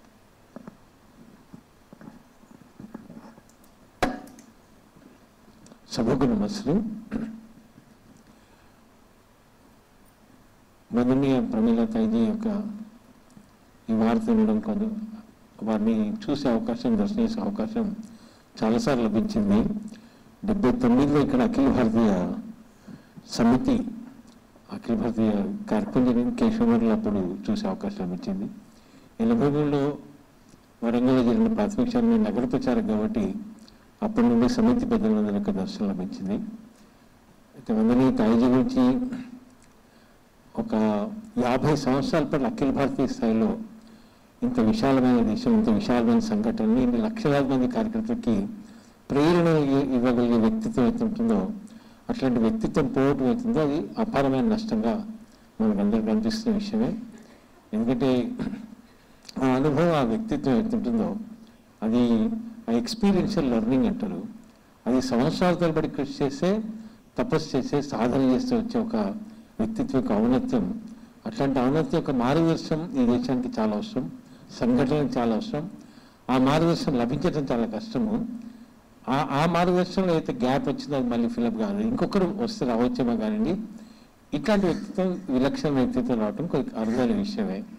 చాలాసార్లు పెరుగుతున్న సంఘటనలో, విశాలమైన సంఘటన, పెరుగుతున్న సంఘటన, తాయిజీ ఇంతకుముందు ఉత్తరం రాశారు, మహత్వాకాంక్ష, కలిసి పనిచేయాలి, ఇట్లాంటి ఇష్యూస్ అని రాశారు. ప్రస్తావించడంలో కారణం ఏంటంటే ఇంకా సంఘటన పెరుగుతున్న కొద్ది అనేక రకాల ఇష్యూలు వచ్చినప్పుడు వాటిని సంభాళించే స్థితి కార్యకర్తలకు ఉంటే తప్ప మనం చివరి లక్ష్యాన్ని సాధించే వరకు మన పని వెళ్ళదు. కాబట్టి అది ప్రస్తావించారు. నాకు అనిపించే విషయం అంటే వింటున్న తర్వాత అనిపించింది ఇట్లాంటి వ్యక్తిత్వాల యొక్క ప్రజెన్సే ఒక సొల్యూషన్కి ఆధారం, ఒక స్ట్రెంత్ ఇస్తుంటుంది. చిన్న ఉదాహరణ చెప్తాను. స్వామి వివేకానంద బేలూరు మఠాన్ని స్థాపించిన తర్వాత 2 సంవత్సరాలు చాలా రకాల తాయిజీ ప్రస్తావించిన మహత్వాకాంక్ష, ఇట్లాంటి కలెక్టివ్నెస్, అన్నిటి సమస్య వస్తుంది. స్వామీజీకి ప్రవాసాలు ఉంటారు కాబట్టి ఏం చేయాలో అర్థం కాదు. కానీ అక్కడ సాల్వ్ చేయకపోతే బేలూరు మఠం కాస్త కింద పడిపోయే అవకాశం ఉంటుంది అనే ఉద్దేశంతో వాడు ఉత్తరం రాస్తారు. వాడు ఒక ఆజ్ఞాపిస్తారు. ఎవరు ఆజ్ఞాపిస్తారు? స్వామి బ్రహ్మానందని అక్కడికి వెళ్ళి సాల్వ్ చేయమంటారు. మనందరూ తెలుసు రామకృష్ణ పరమహంస యొక్క మానసపుత్రుడు బ్రహ్మానంద. ఆధ్యాత్మిక శక్తిని అంతా ఎవరికైనా ఇచ్చారంటే తపశక్తి ఇచ్చింది బ్రహ్మానందకి. బ్రహ్మానంద అడిగిన ప్రశ్న అంటే, నేను ఆధ్యాత్మిక సాధనలో ఉన్నా, నాకు ఈ సమస్యలు నాకు ఎట్లా అర్థమవుతాయి, నేను ఎట్లా దాన్ని సాల్వ్ చేస్తాను. ఇప్పుడు స్వామీజీ ఏమంటారంటే, నువ్వు వెళ్ళి అక్కడ కూర్చో, నువ్వు కూర్చోని తర్వాత నీ ప్రజెన్స్తో ఆ సమస్యలు పోతాయని. ఈరోజు బేలూరు మఠం ఈ స్థితిలో ఉండడానికి కారణం అంటే స్వామి బ్రహ్మానంద వెళ్ళి మౌనంగా కూర్చుంటారు బేలూరు మఠంలో. 1 సంవత్సరం లోపల అన్ని సమస్యలు పరిష్కరించబడతాయి. ఆ వ్యక్తిత్వం ఉంటుంది చూడండి, ఆ వ్యక్తిత్వం అనేది తాయిజీ లాంటి వ్యక్తిత్వం. అట్లాంటి వాళ్ళు ఆ తపస్సు ఆచరించిన తర్వాత కైనెటిక్ ఎనర్జీ, పొటెన్షియల్ ఎనర్జీ అంటారు. 28,000 కిలోమీటర్లు తిరిగారు తాయిజీ. 50 సంవత్సరాలు అఖిల భారతీయులు పనిచేశారు. అది ఒక కైనెటిక్ ఎనర్జీ. ఆ తర్వాత అది పొటెన్షియల్గా మారినప్పుడు ఒక దగ్గర వారు కూర్చుంటే వారికి ప్రేరణ మనకు లభిస్తుంటుంది. అందుకే ఈ తాయిజీ లాంటి వాళ్ళని 90 నుండి నేను 34 సంవత్సరాల పాటు, ఈ 30 సంవత్సరాల పాటు అఖిల భారతీయ బయటకు వెళ్తున్నాను. కాబట్టి ఇట్లాంటి గొప్ప వాళ్ళందరూ చూసే అవకాశం మాకు లభిస్తుండేది. దూరం చూసి నమస్కారం పెట్టుకొని ఇన్స్పైర్ అయ్యేవాళ్ళం. ఎప్పుడైనా సరే దగ్గరగా ఉన్న వాళ్ళకి అనుభవాలు ఉంటాయి. కానీ సామాజిక కార్యంలో పనిచేస్తున్న అందరూ కూడా జ్యేష్ఠ కార్యకర్తలు దర్శించుకుంటే చాలని చెప్పేసి అట్లా తాయిజీని దర్శించుకునే వాళ్ళం. కాబట్టి తాయిజీకి సంబంధించి ఇంకా ఎక్కువ వివరాలు తెలుసుకోవడానికి నేను ఇక్కడికి వచ్చా. అందరూ చాలా విషయాలు చెప్తున్నారు. వ్యక్తిగతంగా మన అఖిల భారతీయ అధికారులందరూ కూడా ఇంత పెద్ద హ్యూమన్ ఆర్గనైజేషన్ దేశం నిలబడ్డదో అది కేవలం వ్యక్తిగత సంబంధాల మీద, ఆత్మీయత పైన, ఆప్యాయత పైన నిలబడ్డది. వాటి ఆచరణ అంటే ఎట్లుంటుంది అనే విషయంలో మనందరికీ ప్రత్యక్షంగా ఈరోజున్న కార్యకర్తలకి, ఈ తరానికి జీవితం నేర్చుకోవాలంటే కేవలం గుణ సంపద కొరకే కాదు, జీవితం నేర్చుకునే గుణపాఠాలు ఏదో విలువలు ఏమిటంటో అవి లభించే ఒక పెద్ద పుస్తకమే తాయిజీ జీవితము. ఆ వివరాలు మనం వింటున్నాము. అది ముందుకు తీసుకెళ్లాల్సిన అవసరం ఉంటుంది. అది ఆచరణ ద్వారానే సాధ్యమయ్యే అవకాశం ఉంటుంది. కాబట్టి మన జీవితంలో వాటి ప్రేరణ ఆధారం చేసుకొని మన వ్యవహార శైలిలో అట్లుండగలిగితే వారికి నిజమైన శ్రద్ధాంజలిని నేను భావిస్తున్నాను. తాయిజీ ఉన్న నేను ప్రొద్దున సరసంగచాలక్ గారు మాట్లాడుతూ, పరపతి సరసంగచాలక్ గారు వత్సలికి ఛాయా గయా అని అన్నారు. నాగ్పూర్లో మందని తాయిజీ వెళ్ళిపోయిన తర్వాత వారు మాట్లాడుతున్న పదం ఏంటంటే వాత్సల్యకి ఛాయా గయా అని. అంటే కొంతమంది దగ్గరికి వెళ్తే ఒక వాత్సల్యపూర్వమైన ఒక వాతావరణం ఉంటుందండి, అది అంతటి లభించదు. అట్లాంటి ఒక వాత్సల్యపూర్వమైన ఒక ఛాయ అవుతుంది వెళ్ళిపోయిందని వారు అన్నారు. కార్యశైలి కూడా చాలా ముఖ్యమైనది. తాయిజీ అయితే ఉత్తరం రాశారో చాలా వినడానికి చాలా ఆనందం కూడా. ఎందుకంటే 80 సంవత్సరాల పాటు తపస్సు చేసిన ఒక సాతత్య జీవితం మన నుండి ఏం కోరుకుంటుంది, ఏం ఆశిస్తుంది, భవిష్యత్తు గురించి ఏం మాట్లాడుతున్న విషయంలో ప్రత్యక్షంగా రాస్తారు కదా ఉత్తరాలు. అవి చాలా ముఖ్యమైనవి. అందుకే ఏ మహాపురుషుల జీవితమైనా, ఏ గొప్ప కార్యకర్త జీవితాన్ని అర్థం చేసుకోవాలంటే ఉపన్యాసాల కన్నా కూడా లెటర్స్ చాలా ఇంపార్టెంట్. అంటే వాళ్ళ వ్యక్తిత్వం డైరెక్ట్గా వాళ్ళు పెన్ డౌన్ చేస్తారు దాన్ని. అట్లా తాయిజీ యొక్క ఉత్తరంలో ప్రస్తావించిన అంశాలు వాస్తవం అందరికీ అనిపిస్తున్న అంశాలు అవి. ఒకటి, సంస్కారం సంబంధించిన విషయం లోపల వారు ప్రస్తావన చేశారు. రెండోది, కార్యకర్తల మధ్యలో ఎట్లాంటి సమన్వయం ఉండాలనే విషయంలో ప్రస్తావన చేశారు. భవిష్యత్తులో జరుగుతున్న పరిణామాల గురించి ప్రస్తావన చేశారు. అంతకాలం పనిచేసిన కార్యకర్తలందరూ కూడా ఇప్పుడున్న సంఘ సమితి పని, దేశ పరిస్థితులలో ఇట్లా ఉండాలని ఒక ఆశయం, వాళ్ళ ఒక కోరిక అయితే ఉంటుందో అది ప్రత్యక్షంగా మనం విన్నాం. భవిష్యత్తులో మనందరి మీద ఛాలెంజ్ ఏంటంటే వాళ్ళు నిర్మాణం చేసిన సంఘటనని యథాస్థితిలో అదే రకంగా అదే విలువలతో ఇంకా ముందు తరానికి అందజేసే బాధ్యత ఉందో అది చాలా గురుతరమైన బాధ్యత. ఆ బాధ్యత నిర్వహించడం కూడా చాలా కష్టమైన పని. అది ఎవరి ద్వారా ప్రేరణ లభించే అవకాశం ఉందంటే వందని తాయిజీ లాంటి వాళ్ళ జీవిత విశేషాలు చదవడం ఒకటి ముఖ్యం. నా అభిప్రాయంలో ఎదుగుతున్న కొత్త తరానికి వాటిని ప్రత్యక్షంగా చెప్పటం, వ్యక్తిగతంగా చెప్పటం, అది అంతకన్నా పెద్ద టీచింగ్ సంఘాలు ఇంకోటి ఉండదు. సామూహిక బౌద్ధిక కన్నా కూడా వ్యక్తిగత సంభాషణ చెప్పటం.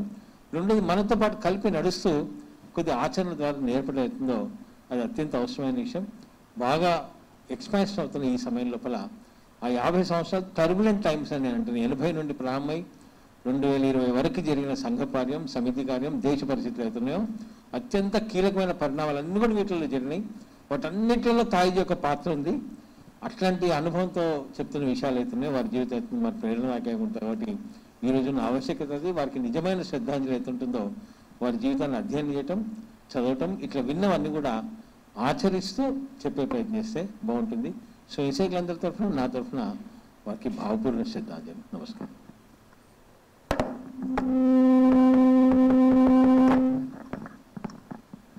ఇప్పుడు మాన్య షహమీర్ జ్యోతక్క, తెలంగాణ ప్రాంత కుటుంబ ప్రబోధన ప్రముఖ.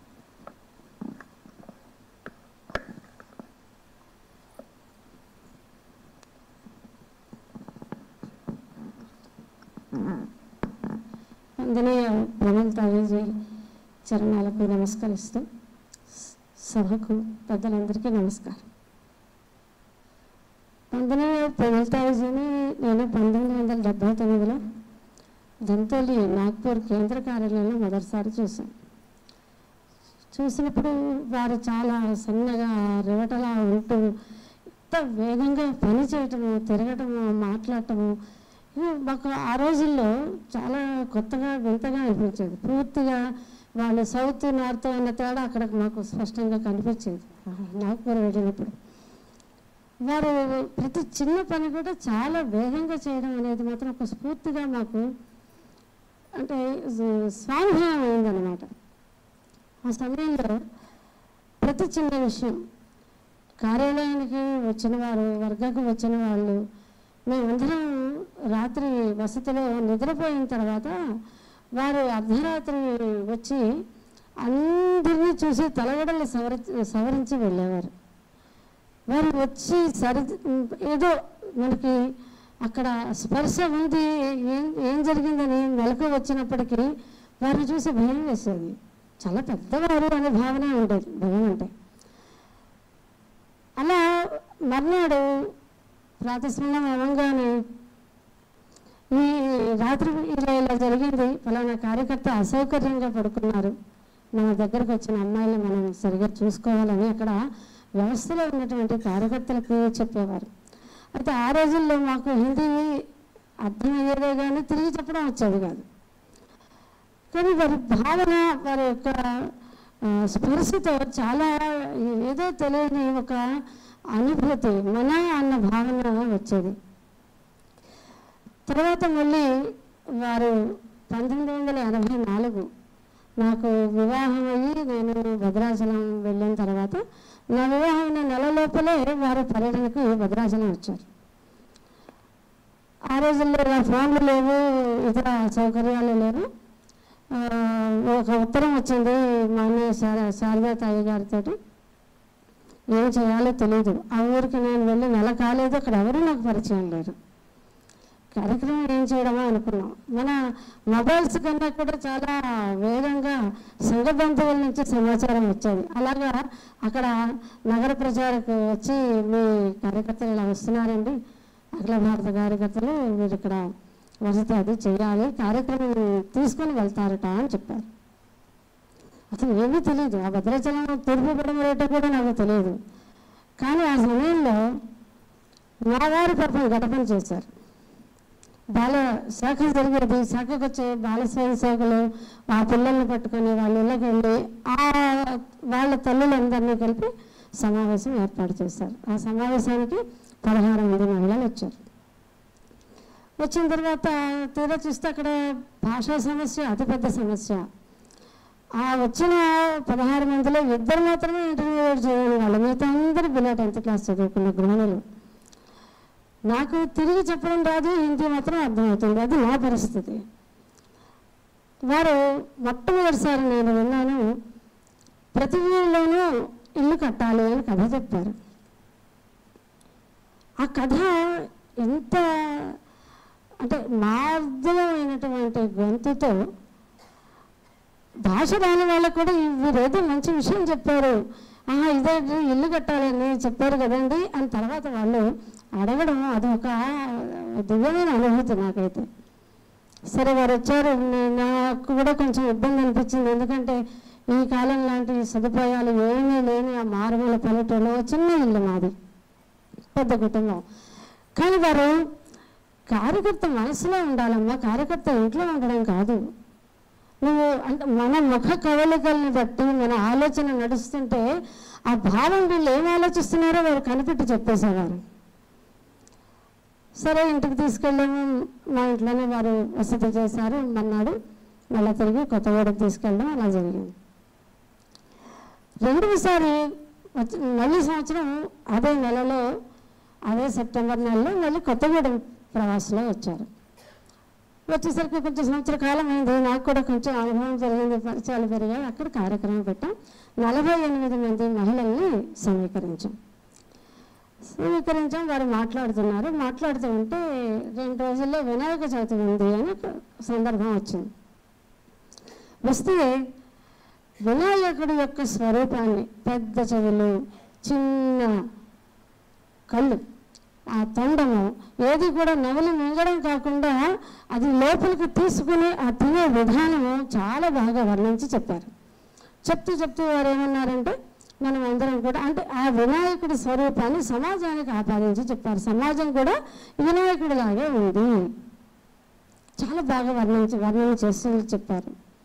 చెప్పిన తర్వాత ఆ స్వరూపంలో ఇప్పుడు వినాయకుడికి విగ్రహంలో పెట్టి మన ఇంట్లోనే పూజ చేయడం కాదు, సమాజాన్ని అర్చిస్తే ఆ వినాయకుడిని అర్చించినట్లే అని చెప్పారు. అర్చిస్తే ఏమవుతుంది, మనం మంచివాళ్ళం అవుతాం.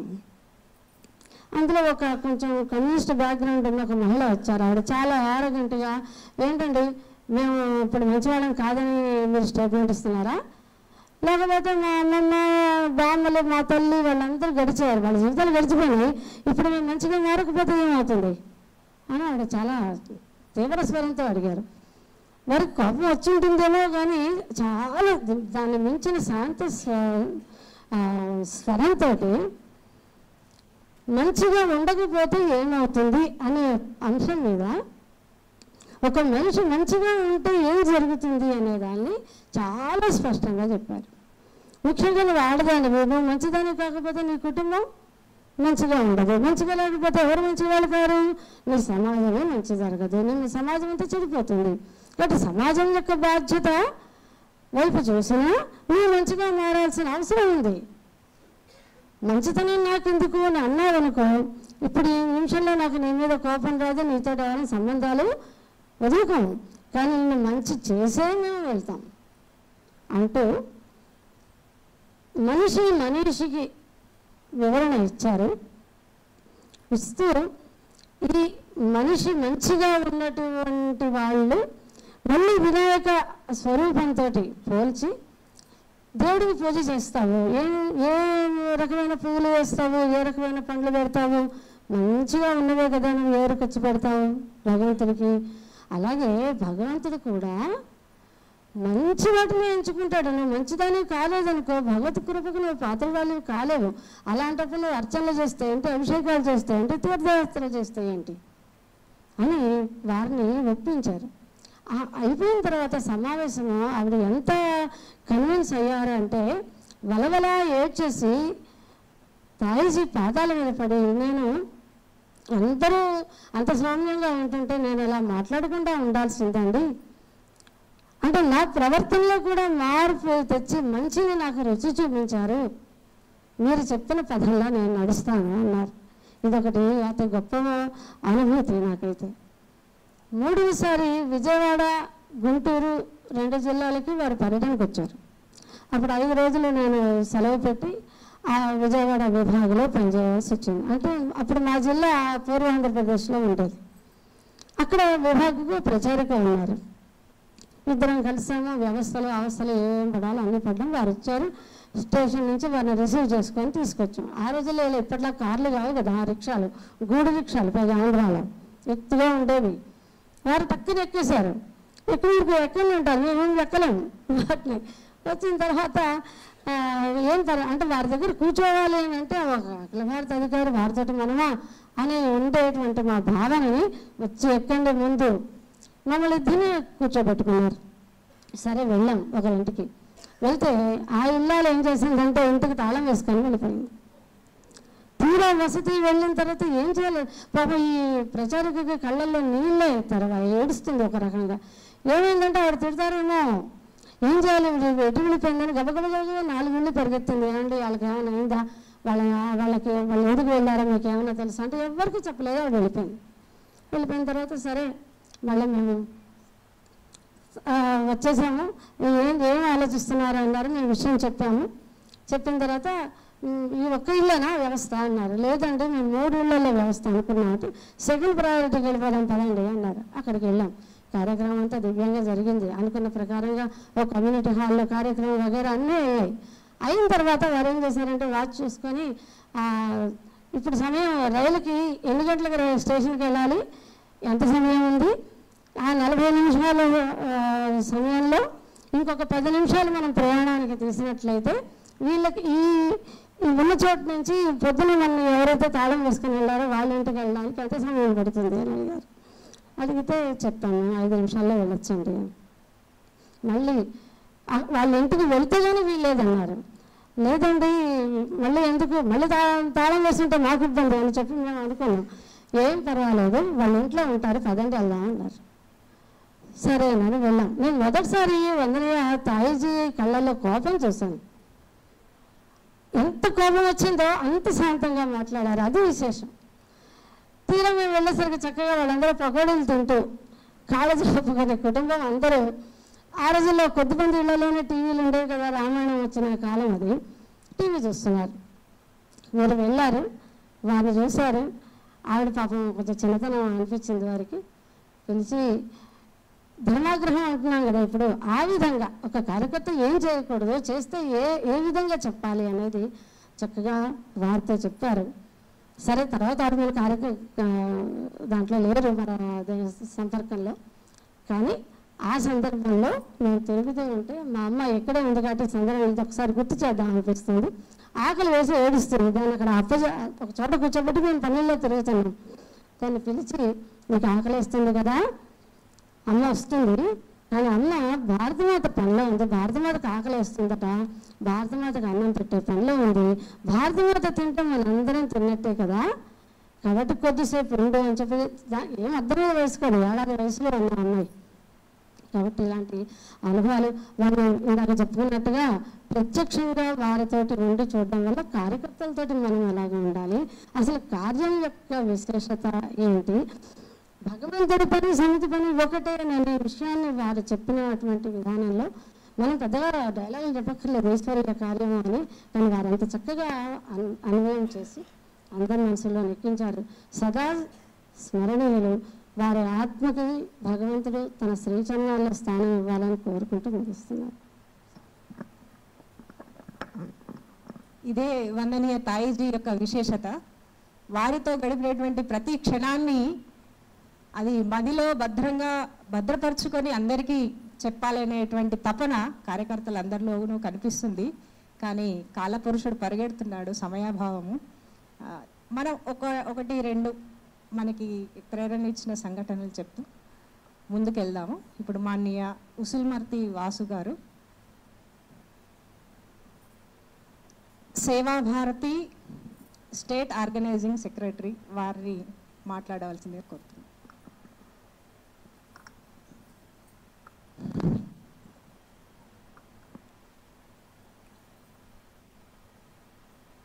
సంఘంలో సుమారుగా 52 సంవత్సరాలైంది సంఘానికి వచ్చి. సంఘ యొక్క నిర్మాత డాక్టర్ జీని కాదు కదా, గురూజీని ఎవరిని చూడని వాళ్ళం మేము. కానీ నేను సంఘ శిక్షా వర్గకు వెళ్ళినప్పుడు ఠింగ్డేజీ కావచ్చు, యాదవరావుజీ కావచ్చు, డాక్టర్ జీని ప్రత్యక్షంగా చూసిన వాళ్ళందరూ కూడా వాళ్ళతో పనిచేశారు, వారి వల్లనే నిర్మాణమైన వాళ్ళు. కానీ మా చిన్న వయసు కారణంగా వాళ్ళ దగ్గరికి పోవటం, మాట్లాడటం, అప్పటి అనుభవాలు తెలుసుకోవటం, ఇవన్నీ కూడా అసలు సాధ్యమయ్యేది కాని పరిస్థితి అప్పట్లో. కానీ చూసి ఒక ఆనందం ఉండేది. కానీ ఆ లోటు ఏదైతే ఉందో అది తాయిజీతో మాకు నెరవేరింది. అది డాక్టర్ జీని చూశారు. అప్పటి నుంచి ఇప్పటి వరకు 39 నుండి ఈ రోజు వరకు అలాంటి ఒక వ్యక్తిత్వాన్ని చూసి మాకు వారికి దగ్గర సాన్నిధ్యం ఏర్పడటం అన్నది నిజంగా ఎక్కడో పూర్వజన్మలో చేసిన సుకృతం కారణంగానే అది జరిగి ఉంటుంది. ఈ మధ్య తరచూ వారిని ఒక 2-3 సార్లు నాగ్పూర్ కార్యాలయంలో కూడా వారు అస్వస్థగా ఉన్నప్పుడు కూడా వెళ్ళటం జరిగింది. సంఘం సమితి 3 సూత్రాల మీద నడుస్తుందని ఇక్కడ పుస్తకంలో చదువుతూ ఉండేవాడిని. మాతృత్వము, కర్తృత్వము, నేతృత్వము. ఈ 3 కూడా నీ అర్థం చేసుకోవాలంటే తాయిజీని చూసుకుంటే సరిపోతుంది, మొత్తం అంతా కూడా అర్థమైపోతుంది. ఈ మధ్య కందుకుర్తిలో డాక్టర్ జీ యొక్క స్ఫూర్తి కేంద్రాన్ని నిర్మాణం చేస్తున్నాము. దీని సందర్భంలో తరచూ నాగ్పూర్కి వెళ్ళినప్పుడు తాయిజీని కలవటానికి వెళ్ళేవాళ్ళం. ఇందాక అందరి యొక్క అనుభవమే నాకు అనుభవం. నాతో వచ్చిన ఒక 6గురు ఉండేవాళ్ళు. అందరినీ కూడా అంతే ఆప్యాయంగా, అంతే మాతృత్వంతో, భోజనం దగ్గర నుంచి మొదలు పెడితే ప్రతి అనుభవం కూడా అంత ఆప్యాయంగా చూశారు. అప్పుడు అనిపించింది మనకి ఏదో ఒక పెద్ద అధికారి ఎదుర్కొండా నేను నిలబడ్డాను, వారితో మాట్లాడుతున్నాను అన్న భావన లేదు. ఒక అమ్మ దగ్గర ఎలా ఉన్నామో అలానే ఉన్నాం. అప్పుడు వచ్చిన కేవలం నాకు కాదు, వచ్చిన కొత్త పిల్లలకు కూడా, నా కొత్త వాళ్ళు కూడా వచ్చారు, సంఘంకు తెలియదు, అలాంటి వాళ్ళకు కూడా అదే అనుభూతి. అమ్మ యొక్క స్పర్శ లభించిందంటే ఫీల్ అయ్యారు వాళ్ళందరూ కూడా. అది కేవలం జీవిస్తే వస్తుంది, కానీ కేవలం మనం ఏదో చేస్తే చూపెట్టాలి అనుకుంటే వచ్చేది కాదు. అది స్వభావరీత్యా ఉండాలి. అలాంటిది మాతృత్వాన్ని చూశాను. కర్తృత్వాన్ని అన్నప్పుడు ఎంఎస్ హుసేన్ చిత్రాన్ని గీశాడు, సరస్వతి మాత యొక్క నగ్న చిత్రాన్ని గీశాడు. దేశమంతా అప్పుడు ఉద్యమాలు జరిగాయి. సమితి కూడా దాంట్లో చాలా విస్తృతమైన చేసింది, ఆందోళనలో పాల్గొంది. అప్పుడు నేను కూడా ఆ సందర్భంలో ఇక్కడ వారు వచ్చినప్పుడు ఇందాక మీరు చెప్పినట్టుగా, ఇందాక అక్క కూడా చెప్పారు, ఆ డ్రాఫ్టింగ్ విషయంలో పోలీస్కి ఒక మెమరాండం ఇవ్వాలి, అప్పుడు కేసు పెట్టాలి, దాంతోపాటుగా ప్రెస్ నోట్ ఇవ్వాలి.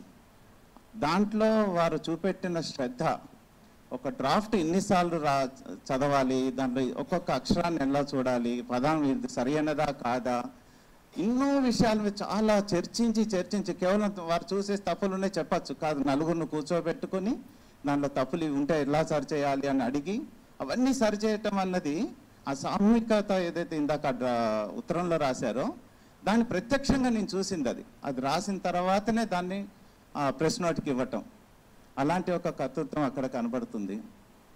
నేతృత్వ విషయంలో కూడా ప్రత్యక్షంగా నేను చూడటానికి ఇందాకనే చెప్పారు 80 సంవత్సరాల యొక్క సమితి యొక్క ఉత్సవాలు జరిగినప్పుడు వారు అక్కడి నుంచి మొత్తం దేశమంతా తిరిగింది చెప్పారు.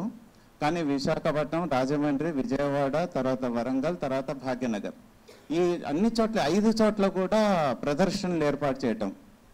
అప్పుడు నా అదృష్టం కొద్దీ నేను ఇక్కడే ప్రచారకగా ఉన్నాను కాబట్టి కొద్దిగా కళాత్మకంగా ఏదో కొంత ఉండేది, అక్కడక్కడ నేర్చుకున్నది. కాబట్టి ఈ ప్రదర్శన ఏర్పాట్లో కూడా నువ్వు సహాయం చేయాలని అడగటం, అది అదృష్టంగా భావించి ఆ రోజు కేశవ మెమోరియల్లో రాత్రి బౌల్ చేసిన తర్వాత ఉదయం వారు పలకరింపు చూసిన తర్వాత బాగుంది అన్నప్పుడు కానీ మెచ్చుకోవటం కానివ్వండి, దాంట్లో చిన్న చిన్న సలహాలు ఇవ్వటం కానీ, ఇట్లాంటిది ఒక క్లిష్టమైన అనేక సందర్భాలలో కూడా మనిషిని మార్గదర్శనం చేయటం. రెండోది అందరినీ కలుపుకొని ఆ రోజుల్లో చూసాం, ప్రతిష్ఠ కార్యక్రమం జరిగింది, ఇంకోటి జరిగింది, రకరకాల కార్యక్రమాలు జరిగాయి ఆ రోజు. కానీ అందరినీ కూడా సమన్వయం చేయటం ఏదైతే కనబడిందో నేతృత్వ విషయంలో, అది చాలా గొప్పగా అనిపించింది. ఆ టచ్ అన్నది మాకు ఇప్పుడు కూడా ప్రేరణ కలిగిస్తూ వచ్చింది. అలాంటి ఒక తాయిజీ యొక్క జీవితం నిజంగా కూడా మనందరి యొక్క అదృష్టం. ఏంటంటే వారి కాలంలో మనం కూడా వారితో కలిసి వారి సాన్నిధ్యంలో కొంత గొప్ప ఆ స్పర్శ మనకి లభించింది, అది మన అదృష్టంగా భావిస్తాం. అలాంటి వారికి శ్రద్ధాంజలి కలిగి కూడా చెప్పుకుంటూ ముగిస్తాను. జై హింద్, జై భారత్. మాన్య పట్టం ఉమారాణి గారు, ప్రాంత సేవా ప్రముఖ్. క్షమ్యతాం, సహ సేవా ప్రముఖ్.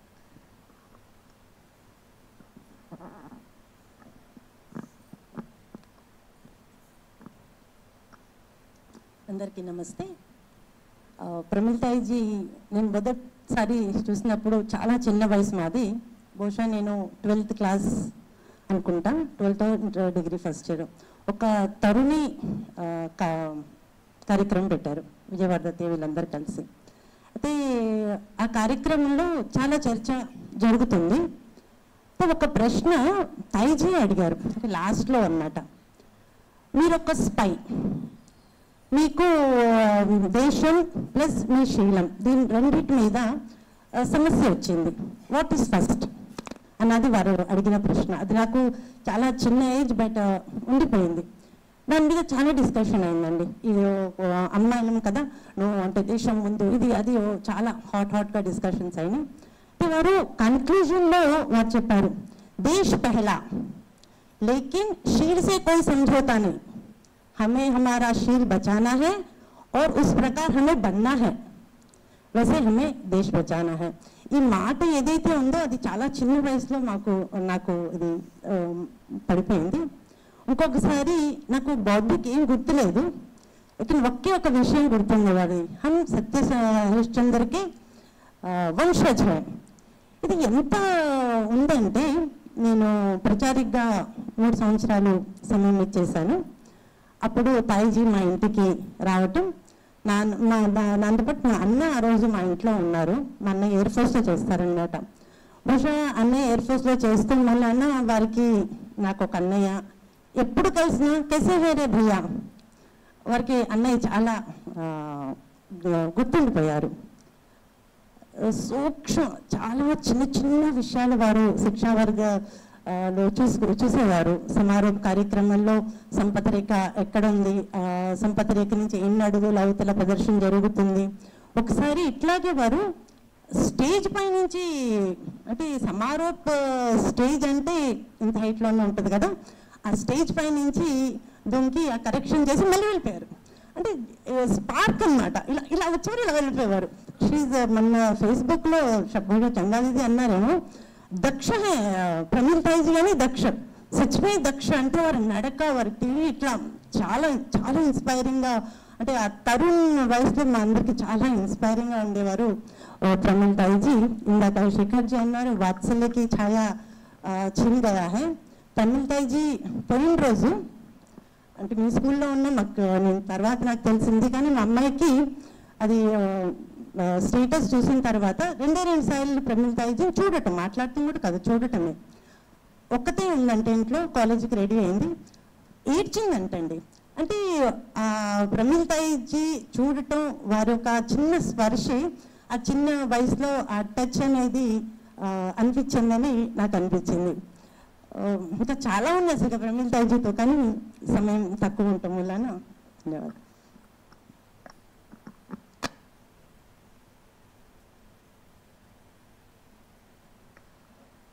చైతన్యమూర్తివై సంఘటనకర్తవై నీవే దీపమువై వెలుగులను పంచితివి ఓ తాయి నీకు కుసుమాంజలి. ఇప్పుడు మాన్య శ్రీమతి విద్యా దేవధర్ గారు మహిళా చరిత్ర కోష్ ప్రముఖ్.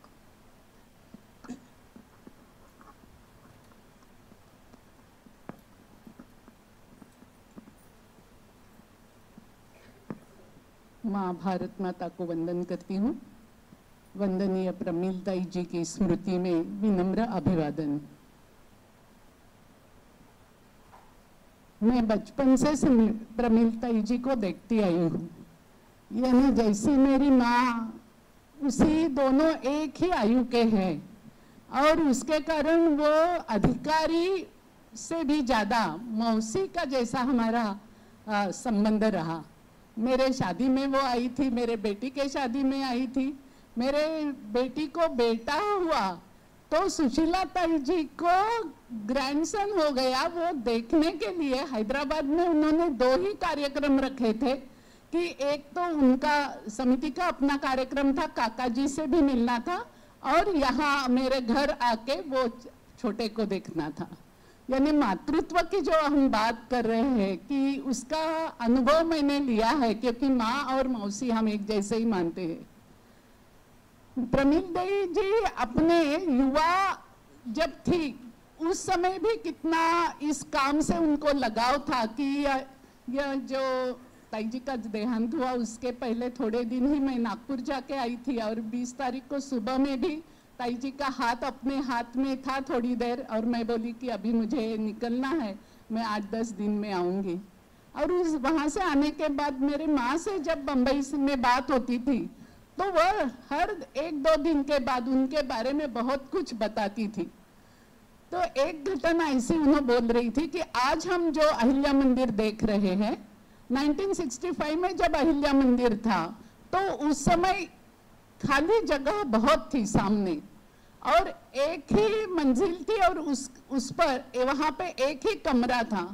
और प्रमील ताई जी वो एक कमरे में, माँ बार बार बोल रही थी कि वहीं उठना बैठना, वही खाना बनाना, सारा कुछ वहाँ एक ही कमरे में उन लोगों का चलता था।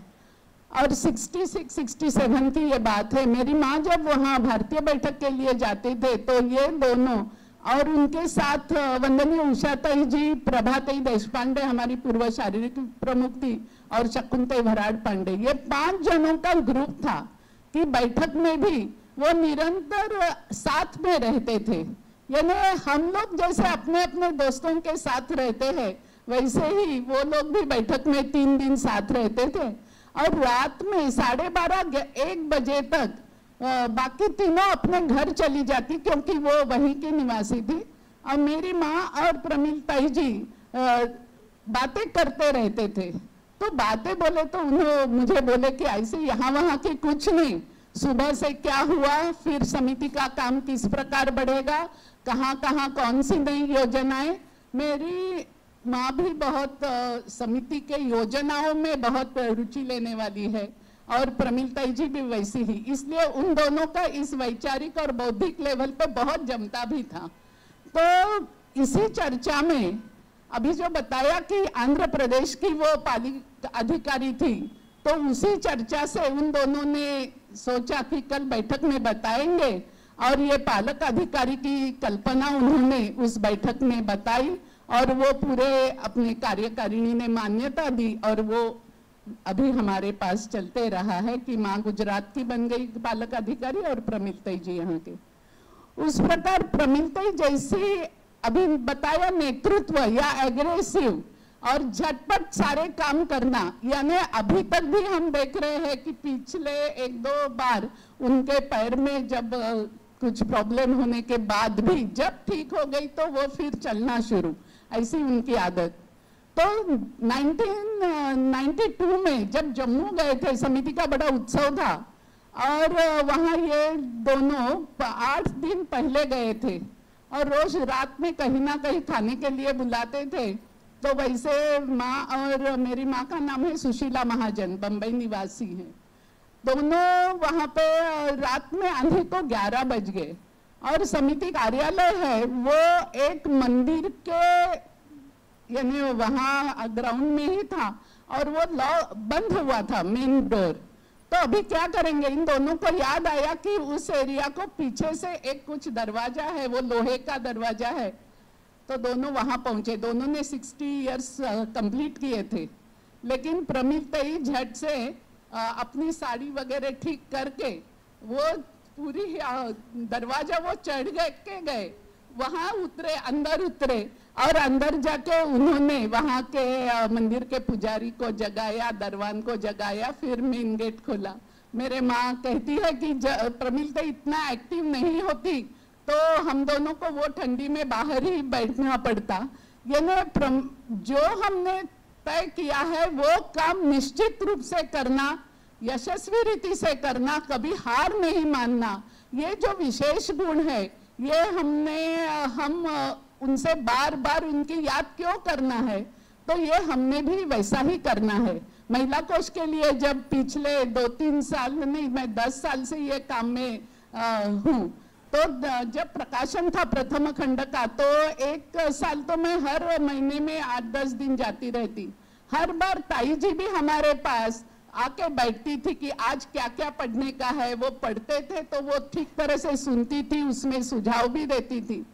हम एकदम लास्ट स्टेज जब आई तो ISBN नंबर के लिए सोच रहे थे, लेकिन ऐसी चर्चा हो रही थी कि मिलता कि नहीं मिलता, उसके लिए कुछ अपने IT का कुछ रहता क्या, ऐसा।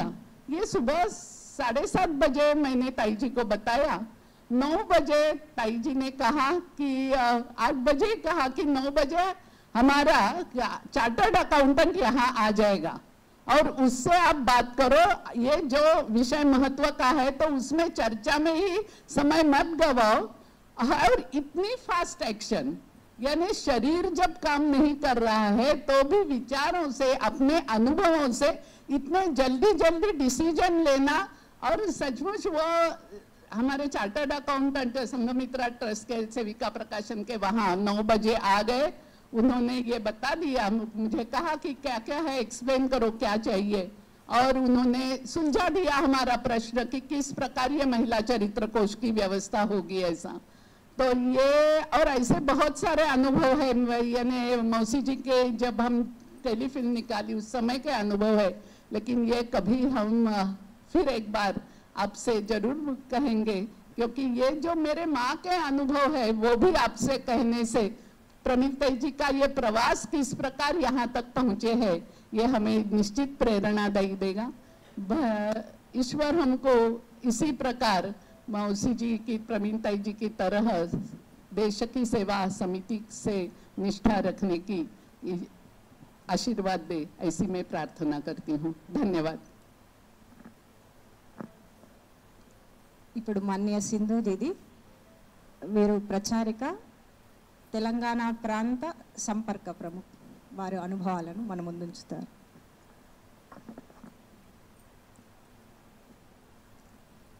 సభాయనము. ప్రతి సంవత్సరము నేను నయనారాణి అని ఇంతకుముందు ప్రచారిక ఉండే వరగలకు వచ్చేవాళ్ళం ప్రబంధికలుగా. తర్వాత ఎన్నిసార్లు వచ్చినా కూడా ఎవ్వరు మాట్లాడినా కూడా కొంచెం సమయం ఇవ్వండి అన్నా కూడా మనసులోకి రాలేదు. కానీ జగిత్యాల్లో ఒక వర్గ జరిగింది. ఆ వర్గలో వందనీయ ప్రమిలతాయిజీ, వందనీయ ఉషాతాయిజీ ఇద్దరు వచ్చారు. వాళ్ళిద్దరూ మాతో కూర్చొని మాట్లాడారు.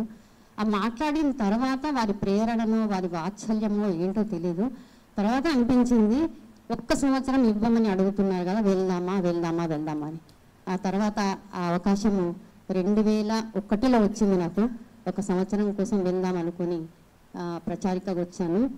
ఆ తర్వాత వరంగల్ కేంద్రంగా 12 సంవత్సరాలు పనిచేశాను సంభాగ విభాగ ప్రచారికగా. అదే సమయంలో వందనీయ మౌసీజీ యొక్క ప్రదర్శన తీసుకొని దేశమంతటా పర్యటన చేశారు వందనీయ ప్రమిలతాయిజీ. ఆ సమయంలో అక్కడ వారితో కూడా నాకు ఉండడం ఒక అవకాశం దొరికింది. దానితో పాటు చాలా బాగా జరిగింది అని చెప్పేసి స్పర్శించారు. అంటే ఆ మాతృత్వం యొక్క స్పర్శ దొరికింది అక్కడ.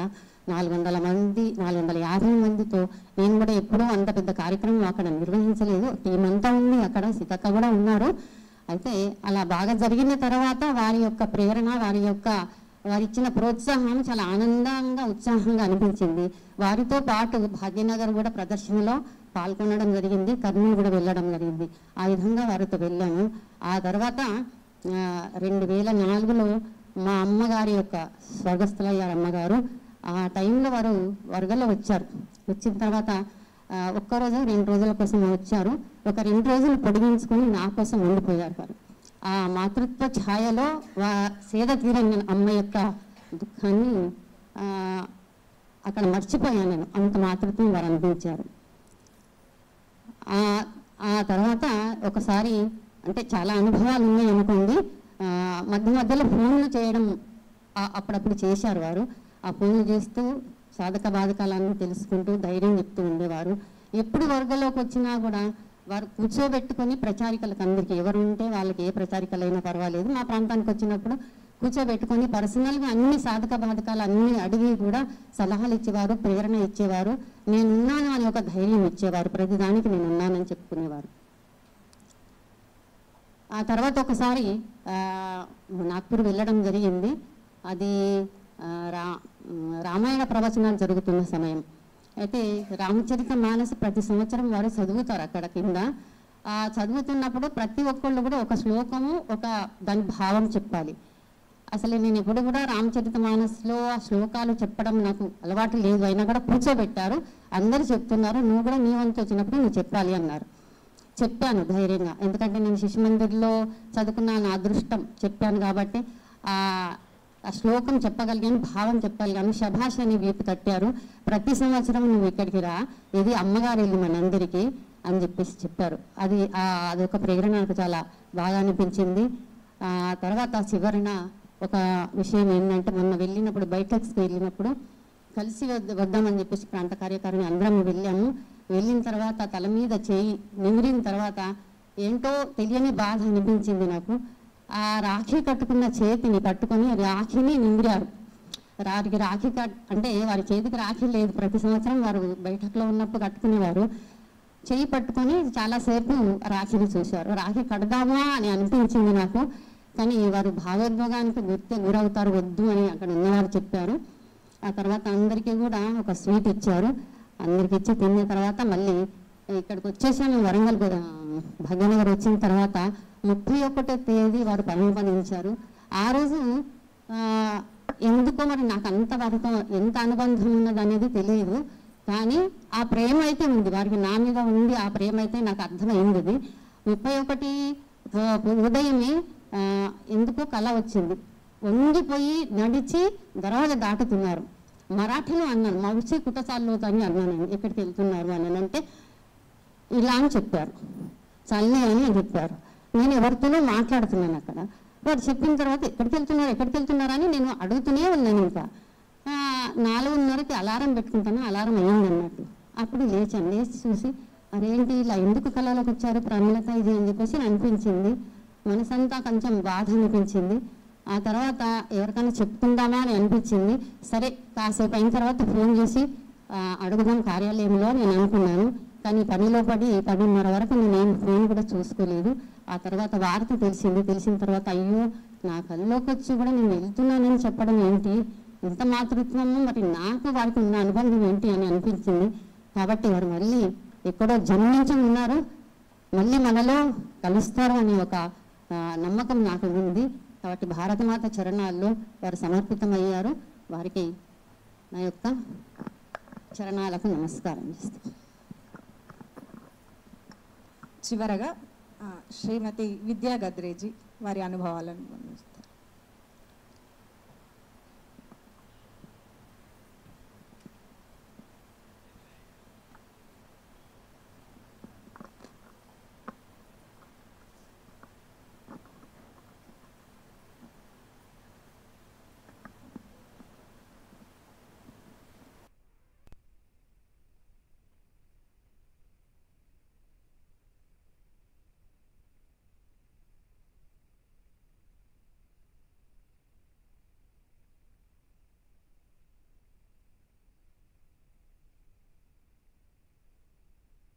जल्दी ही मेरा अनुभव आपको सुनाना चाहती हूँ। एक दो ही अनुभव सुनाऊंगी।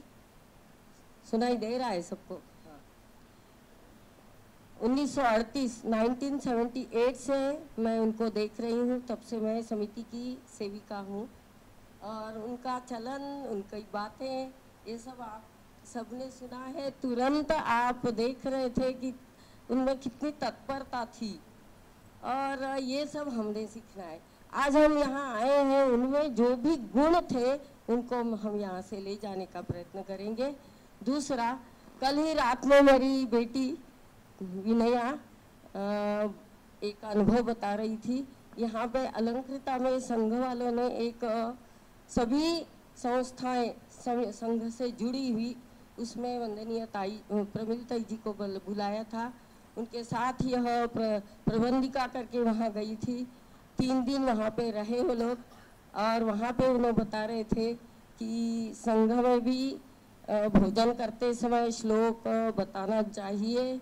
वहाँ पे थोड़ा नहीं बताया गया तो उन्होंने कहा समिति में भी सब हम खाली कैंप में बता रहे हैं, लेकिन हर एक ने अपने घर में भी जरूर अपने बच्चों को, घर के पुरुषों को ये सिखाना है और बोलने का प्रयत्न करना है। ये मुझे भी बहुत अच्छा लगा और बोल रही थी आई तो ये सब बातें आप जरूर बताओ सबू को, और जिन्होंने शुरू नहीं किया है उन्होंने शुरू करना है।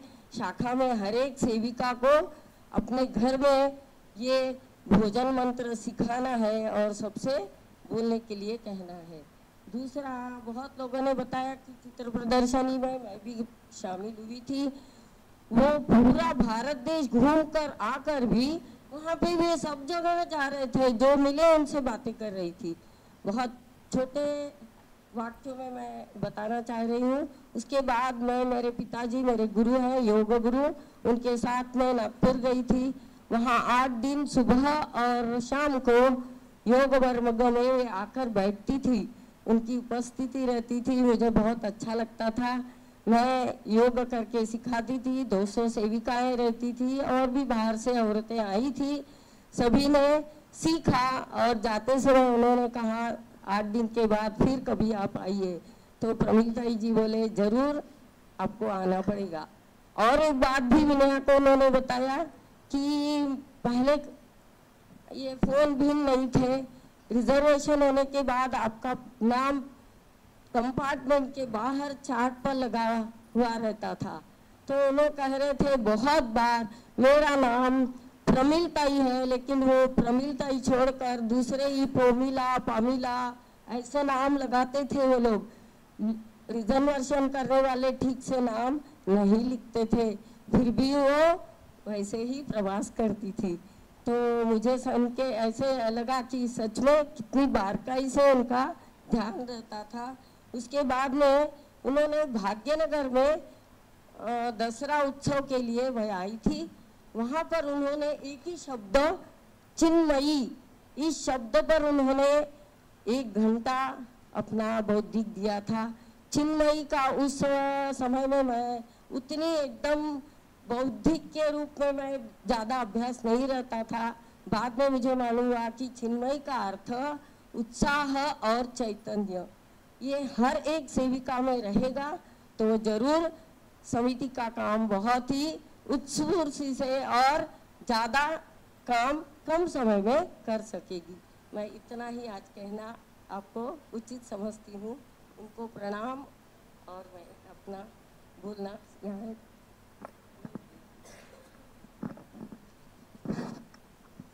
ఇప్పుడు వైయక్తిక గీత్ శ్రీమతి చూపుల మాధవి గారు. వీరు సేవిక, ప్రముఖ సంగీతజ్ఞులు, సంగీత అధ్యాపకురాలు.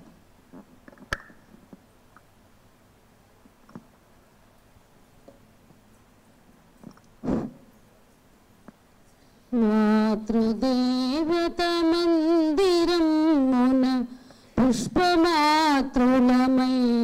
చాలు, మాత భారతి చరణు రజమున ధూళి కణములమైన చాలు, ధూళి కణములమైన చాలు.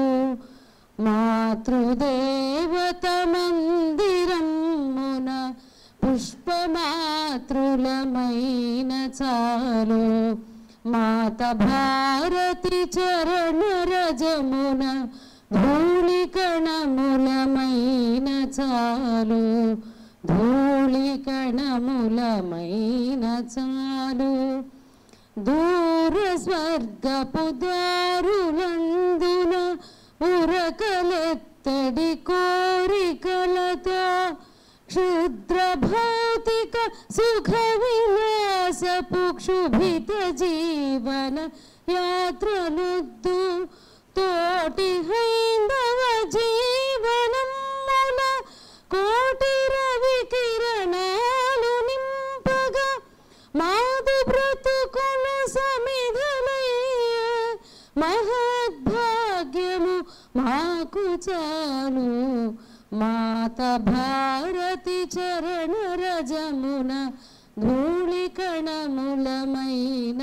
చాలు ధూళి కణములమైన చాలు పూలమాలల సుఖములొద్దు పొగడ్తలకై పరుగులొద్దు పదవియే పరమార్థమయ్యడి పరమమోహ పథము వద్దు భారతీ ముఖమండలమున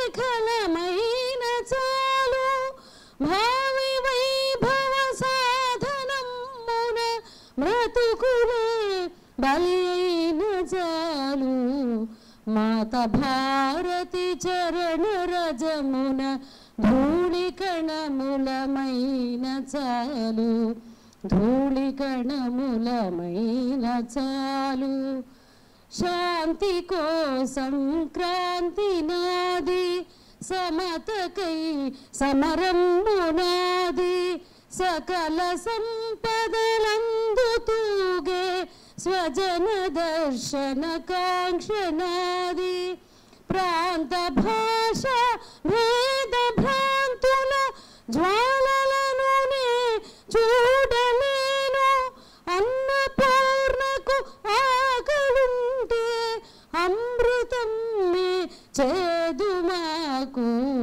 మాత భారతి చరణ రజమున ధూళి కణములమైన చాలు ధూళి కణములమైన చాలు నాదు తల్లి నాదు చెల్లి నాదు సర్వము నాదు జాతియే నాదు ప్రజలే నా కుటుంబము నాదు దేశమే నాకు లోకము తరుణ హైందవ వీర తేజము జగతి తల్పుటే వ్రతము నాకు తల్లి భారతి ఒడిని తనులను సమర్పించుటే ముక్తి మాకు మాత భారతి చరణ రజమున ధూళి కణములమైన చాలు ధూళి కణములమైన చాలు మాతృదేవత మందిరమున పుష్పమాతృలమైన చాలు మాత భారతి చరణ రజమున ధూళి కణములమైన చాలు ధూళి కణములమైన చాలు.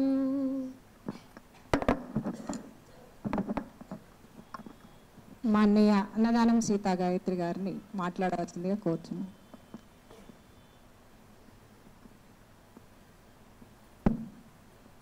సభాయ నమః. వందనీయ ప్రమీలా తైజ గారు సేవికలందరికీ ఆఖరిసారిగా వాసిన ఉత్తరంలోని 2 విషయాలని వారికి మాట ఇచ్చిన తర్వాత కూడా పాటించలేకపోయాం.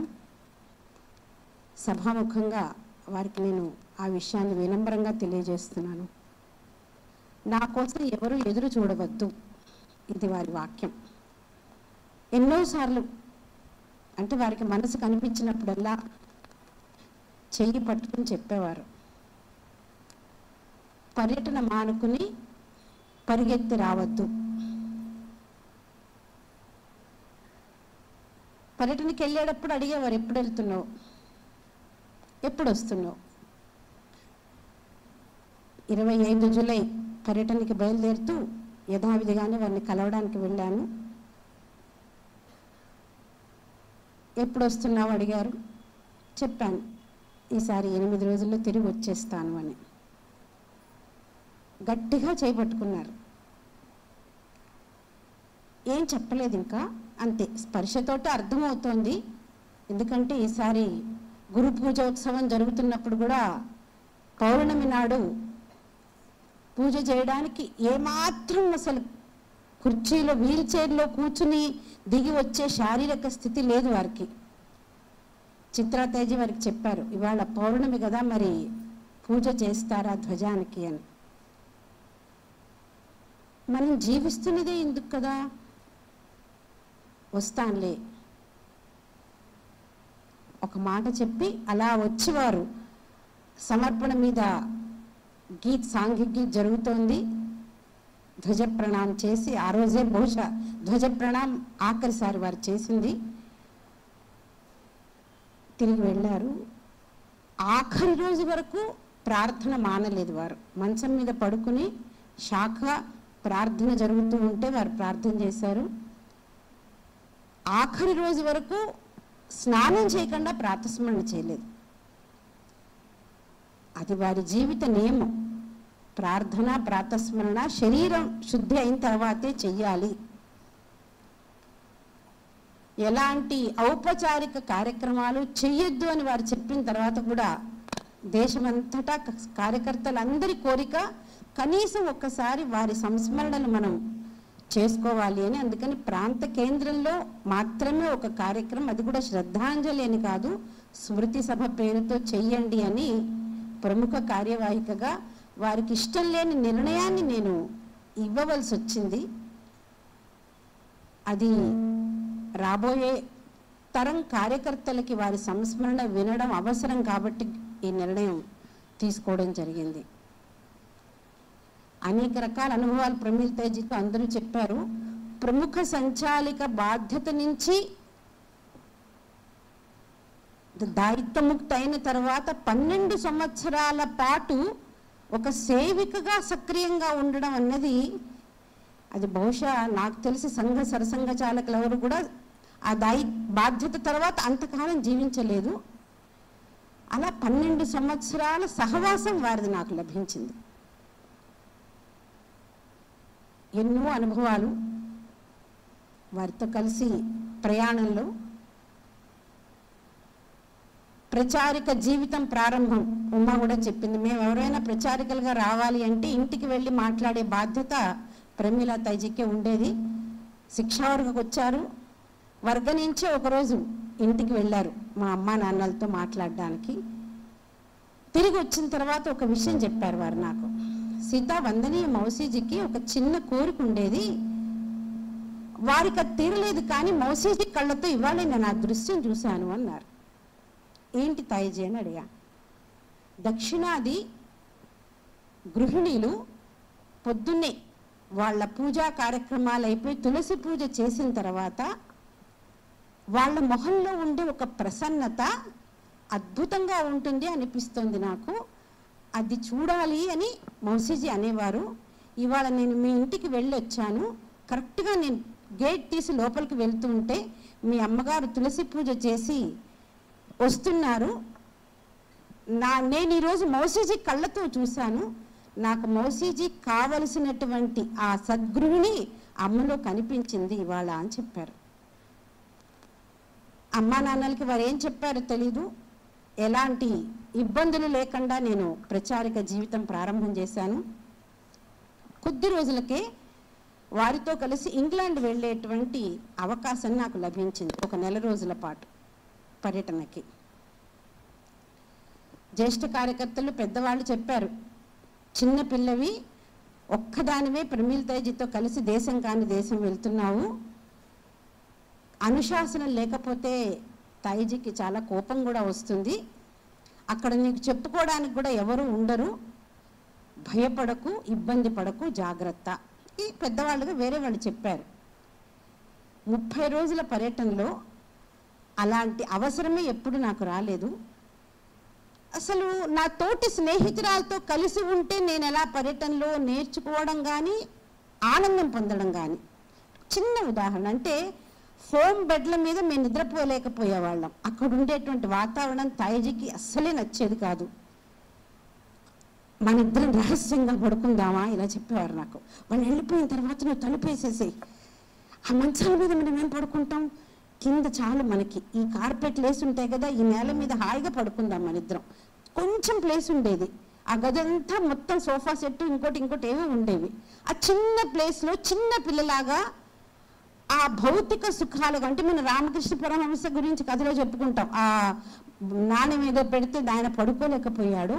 ఆ భౌతిక జీవితంలో ఉండలేకపోయే తాయిజీ ఆ చిన్న పిల్ల అయిపోయి కావలసినవన్నీ అక్కడే ఆ లోపల తలుపులు వేసుకున్నాక సమకూర్చుకుని ఒక రాత్రి అమ్మయ్య ఈరోజు రాత్రి గడిచింది, ఇంకా మనం లెక్క పెట్టుకుందాం ఎన్ని రోజులు వెళ్ళాలో భారతదేశానికి. పని విషయంలో రోజంతా పనిచేసేటప్పుడు వేరే, కానీ భారతదేశం నుంచి దూరంగా ఉండడంలో ఉండే అస్వస్థతను కూడా వారితో పాటు నేను గమనించేదాన్ని. ఇంగ్లాండ్ ప్రయాణం తర్వాత తిరిగి వచ్చిన తర్వాత విశ్వ విభాగ్ కార్యక్రమాల్లో ఎప్పుడైనా సరే వారు విదేశాల గురించినటువంటి హ్యాండిల్ చేసే విధానం చూస్తే నాకు అనిపించేది అసంఖ్యాకమైన అంటే ఎంత అపారమైన జ్ఞానం ఎలా వచ్చేది వారికంటే పొద్దున్న లేస్తే కనీసం అల్పాహారం లోపల 3 న్యూస్ పేపర్లు చదివేవారు. తెలుగు, హిందీ, మరాఠీ, మొదటి అక్షరం నుంచి చివరి అక్షరం దాకా. ఆ పేపర్లు మళ్ళీ ఆవాసంలో ఎవరు తీసుకెళ్ళకూడదని దానికి 5-6 పిన్నులు కొట్టాలి, అది కూడా ఏ ప్లేస్లో కొట్టాలి, అంత సిస్టమేటిక్గా ఆ పేపర్ కట్టింగ్స్ దగ్గర నుంచి అన్నీ దాచిపెట్టేవాళ్ళు. నుంచి మొదలైతే 5-6 ఏళ్ల పిల్లల నుంచి మొదలు పెడితే వందని ఉషా తైజీ వరకు ఎవరికి అనారోగ్యం వచ్చినా మొత్తం అహల్యా మందిర్లో 9 గజాల చీరలో వారికి లోపల జేబులాగా ఉండేది. హోమియోపతి మందులు ఎమర్జెన్సీ దగ్గర పెట్టుకుని అమ్మ మాత్రమే కాదు ఈ పనులన్నీ కూడా వారు చూస్తూ ఉండేవారు. ఎందుకు తైజీ ఇన్నేళ్ళు వచ్చినా మీరు ఇలా పని చేస్తారు అని మేము నవ్వుతూ అడిగితే మా నాయనమ్మ చెప్పేది భాక్రీ ఖానా హై తో చాక్రీ కర్నా హై అని చెప్పేవారు. అంటే రొట్టె తినాలి అంటే పని చేయాలి అని. ఆ పని ఎంతవరకు అంటే 95 ఏళ్ల వయసులో ఆవిడ ఇందాక స్టేజ్ దుంకేవారని చెప్పారు. ఇంతకంటే ఎత్తుగా ఉండే టేబుల్ అహల్యా మందిర్లో దాని మీదకి ఎక్కి మరీ కూర్చుని బూజులు దులిపేవారు, శుభ్రం చేసేవారు ప్రతిరోజు. ఆ ఉత్సాహం అక్కడ ఉండే అందరికీ పని చేయాలంటే నిరంతరంగా పని చేస్తూ ఉండటమే. ఇంత పని తాయిజీ ఎలా చేయగలిగారు అని ఆలోచిస్తే ఆవిడ దినచర్య 5:30 వరకు వ్యక్తిగతమైన పనులు ప్రతిరోజు పూర్తయిపోయేవి. రాత్రి 10 గంటల వరకు మధ్యలో ఒక అరగంట మాత్రమే విశ్రాంతి తీసుకుంటే 97 సంవత్సరాల జీవితకాలం. ఆ జీవితకాలంలో ఎన్ని గంటలు ఉపయోగించగలుగుతామో అన్ని గంటలు ఆవిడ సత్కార్యము కోసమే ఉపయోగించారు. అయితే మనందరం చెప్పుకుంటున్నట్టుగా ఆచరణ ద్వారా చేయడమే కాకుండా అనుభూతులని అందించడంలో వారిది అందివేసిన చెయ్యి అని చెప్పచ్చు. నేను నాగ్పూర్ వెళ్ళిన కొత్తల్లో ఇవాళ ఊరికే మనిద్దరం పాత నాగ్పూర్ అంతా తిరిగి వద్దామా అన్నారు ఒకరోజు. అలా తీసుకెళ్లారు. ఇది మా మొదటి శాఖ ఇక్కడ జరిగేది. పరంపూజనే డాక్టర్జీ ఈ గేటు బయట నిలబడి శాఖ జరిగినంతసేపు పచారులు చేస్తూ ఉండేవారు. ఎప్పుడు వారు ఈ గోడ దాటి లోపలికి రాలేదు. అలాని శాఖని చూడకుండా ఉండలేదు. చాలా స్పష్టంగా చెప్పారు ఒక్కొక్క విషయాన్ని. శాఖ అయిపోయిన తర్వాత మేమందరం చిన్న చిన్న పిల్లలం. శాఖలో కార్యక్రమాల గురించి అడిగి తెలుసుకునేవారు. ఏదన్నా సూచన సలహా ఇవ్వాలంటే ఇచ్చేవారు. ఇంకొక చోటికి చూపించారు. అక్కడ చెరువులాగా ఉంటుంది పాత నాగ్పూర్లో. 1948 బ్యాన్ తర్వాత నాగ్పూర్లోని యువతి యువకులం మేమందరం కూడా సాయంత్రం పూట ఇక్కడ సమావేశం అయ్యేవాళ్ళం. సత్యాగ్రహము అప్పుడున్న పరిస్థితుల్లో ఏం కార్యక్రమాలు చేయాలి రాబోయేవి మేము యోజన చేసుకునేటువంటి చోటిది. ఒక్కొక్కసారి ఇక్కడ రహస్య సమావేశాలు కూడా జరుగుతూ ఉండేవి. అలా వారి యవ్వనావస్థలో ఉండేటువంటి అనేక అనుభవాల్ని ఎలా పని చేయాలో చెప్పడం కోసం కార్యాలయంలో కూర్చొని చెప్పచ్చు, కానీ దానికి ప్రత్యక్షంగా తీసుకెళ్ళి చూపించి ఆ స్థలంలో చెప్పడం, ఎలా చెయ్యాలో నేర్పించడం.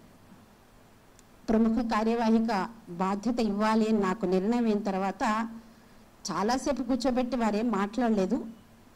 సూచనప్రాయంగా చెప్పారు, రేపు బాధ్యత ప్రకటన అవుతుంది, తెలుసు కదా నీకు బాధ్యత ఇస్తున్నావు అంటే నేను కొంచెం సందేహాస్పదంగా, తాయిజీ నా వయస్సు అనుభవం చాలా చిన్నవి, కేవలం 42 ఏళ్ల వయస్సు నాకు, నేను ఇప్పటివరకు క్షేత్ర ప్రచారికగా పనిచేశాను, మొత్తం దేశమంతా పరిచయం కూడా లేదు నాకు, నేను ఎలా పనిచేయగలుగుతాను, నాకు భయం వేస్తోంది అని చెప్పా. భయం వేస్తోంది అనే చెప్పా, ఇంత పెద్ద బాధ్యత అంటే నాకు భయం వేస్తోంది అని. సీత, చిన్నపిల్లలు నడకలా నేర్చుకుంటారు,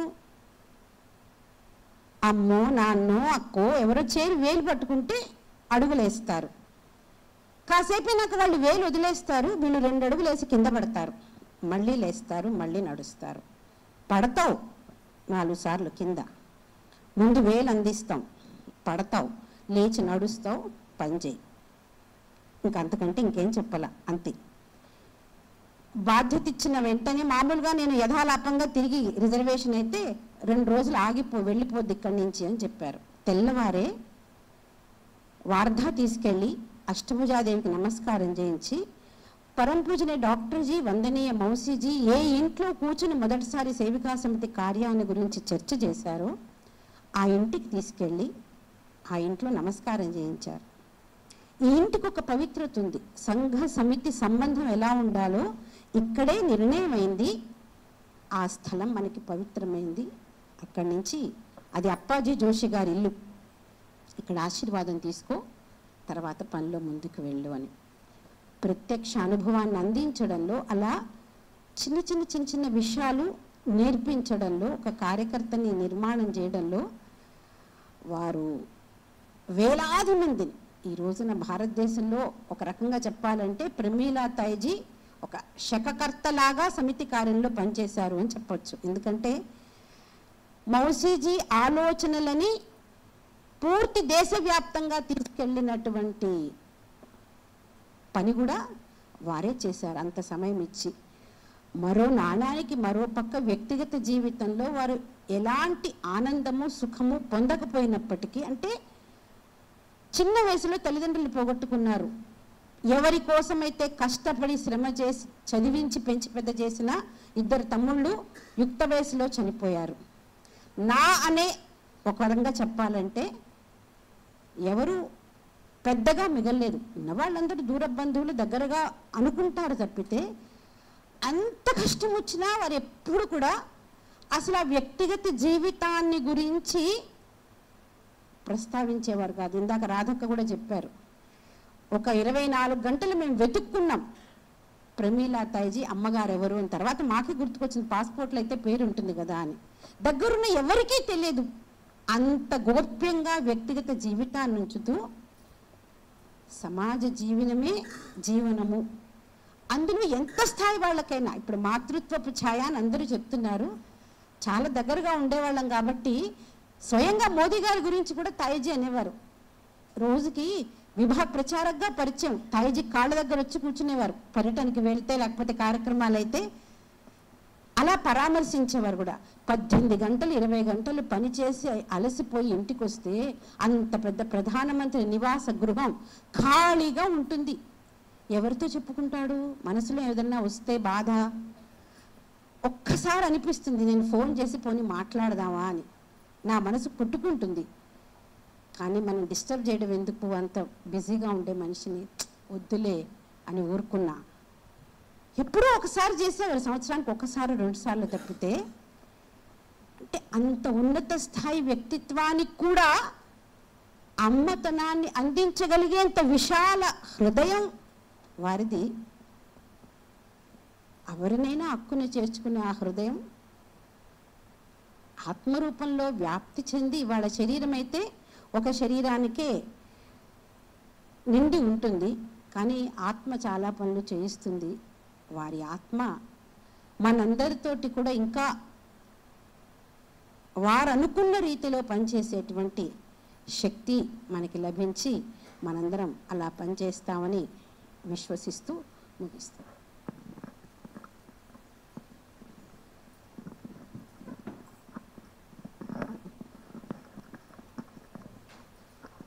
ఇప్పుడు మనమంతా కూడా 1 నిమిషం పాటు మౌనం పాటించి వారికి శ్రద్ధాంజలి ఘటిద్దాము. చివరగా పూర్ణ మంత్రంతో ముగిద్దాం.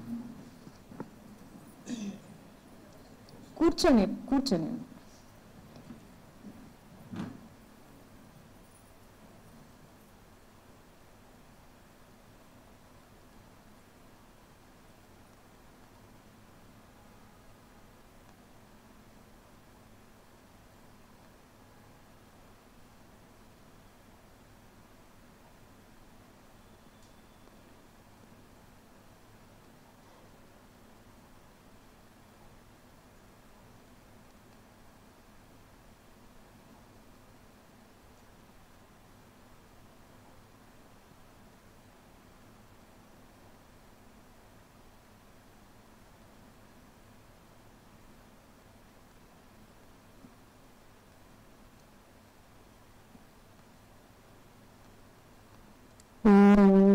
పూర్ణమదః పూర్ణమిదం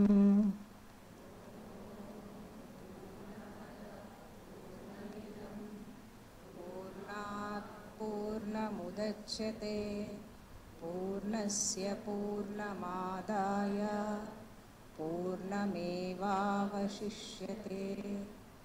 ఓం శాంతి శాంతి శాంతి. ఒక్కొక్కరిగా మనం వేదికపైకి వచ్చి భారతమాత చరణాల వద్ద పుష్పార్చన చేస్తూ ఈ కార్యక్రమం చివరగా ప్రసాదం స్వీకరించి వెళ్దాము. ఈనాటి కార్యక్రమాన్ని నిర్వహించుకోవడానికి జాగృతి భవన్ నుంచి సహకరించినటువంటి జాగృతి భవన్ నిర్వాహకులకు రాష్ట్ర సేవికా సమితి తరపున హార్దిక ధన్యవాదాలు తెలియజేస్తున్నాను.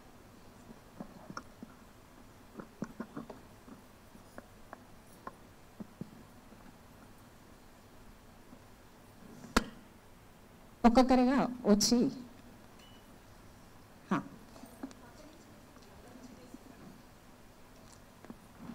అక్క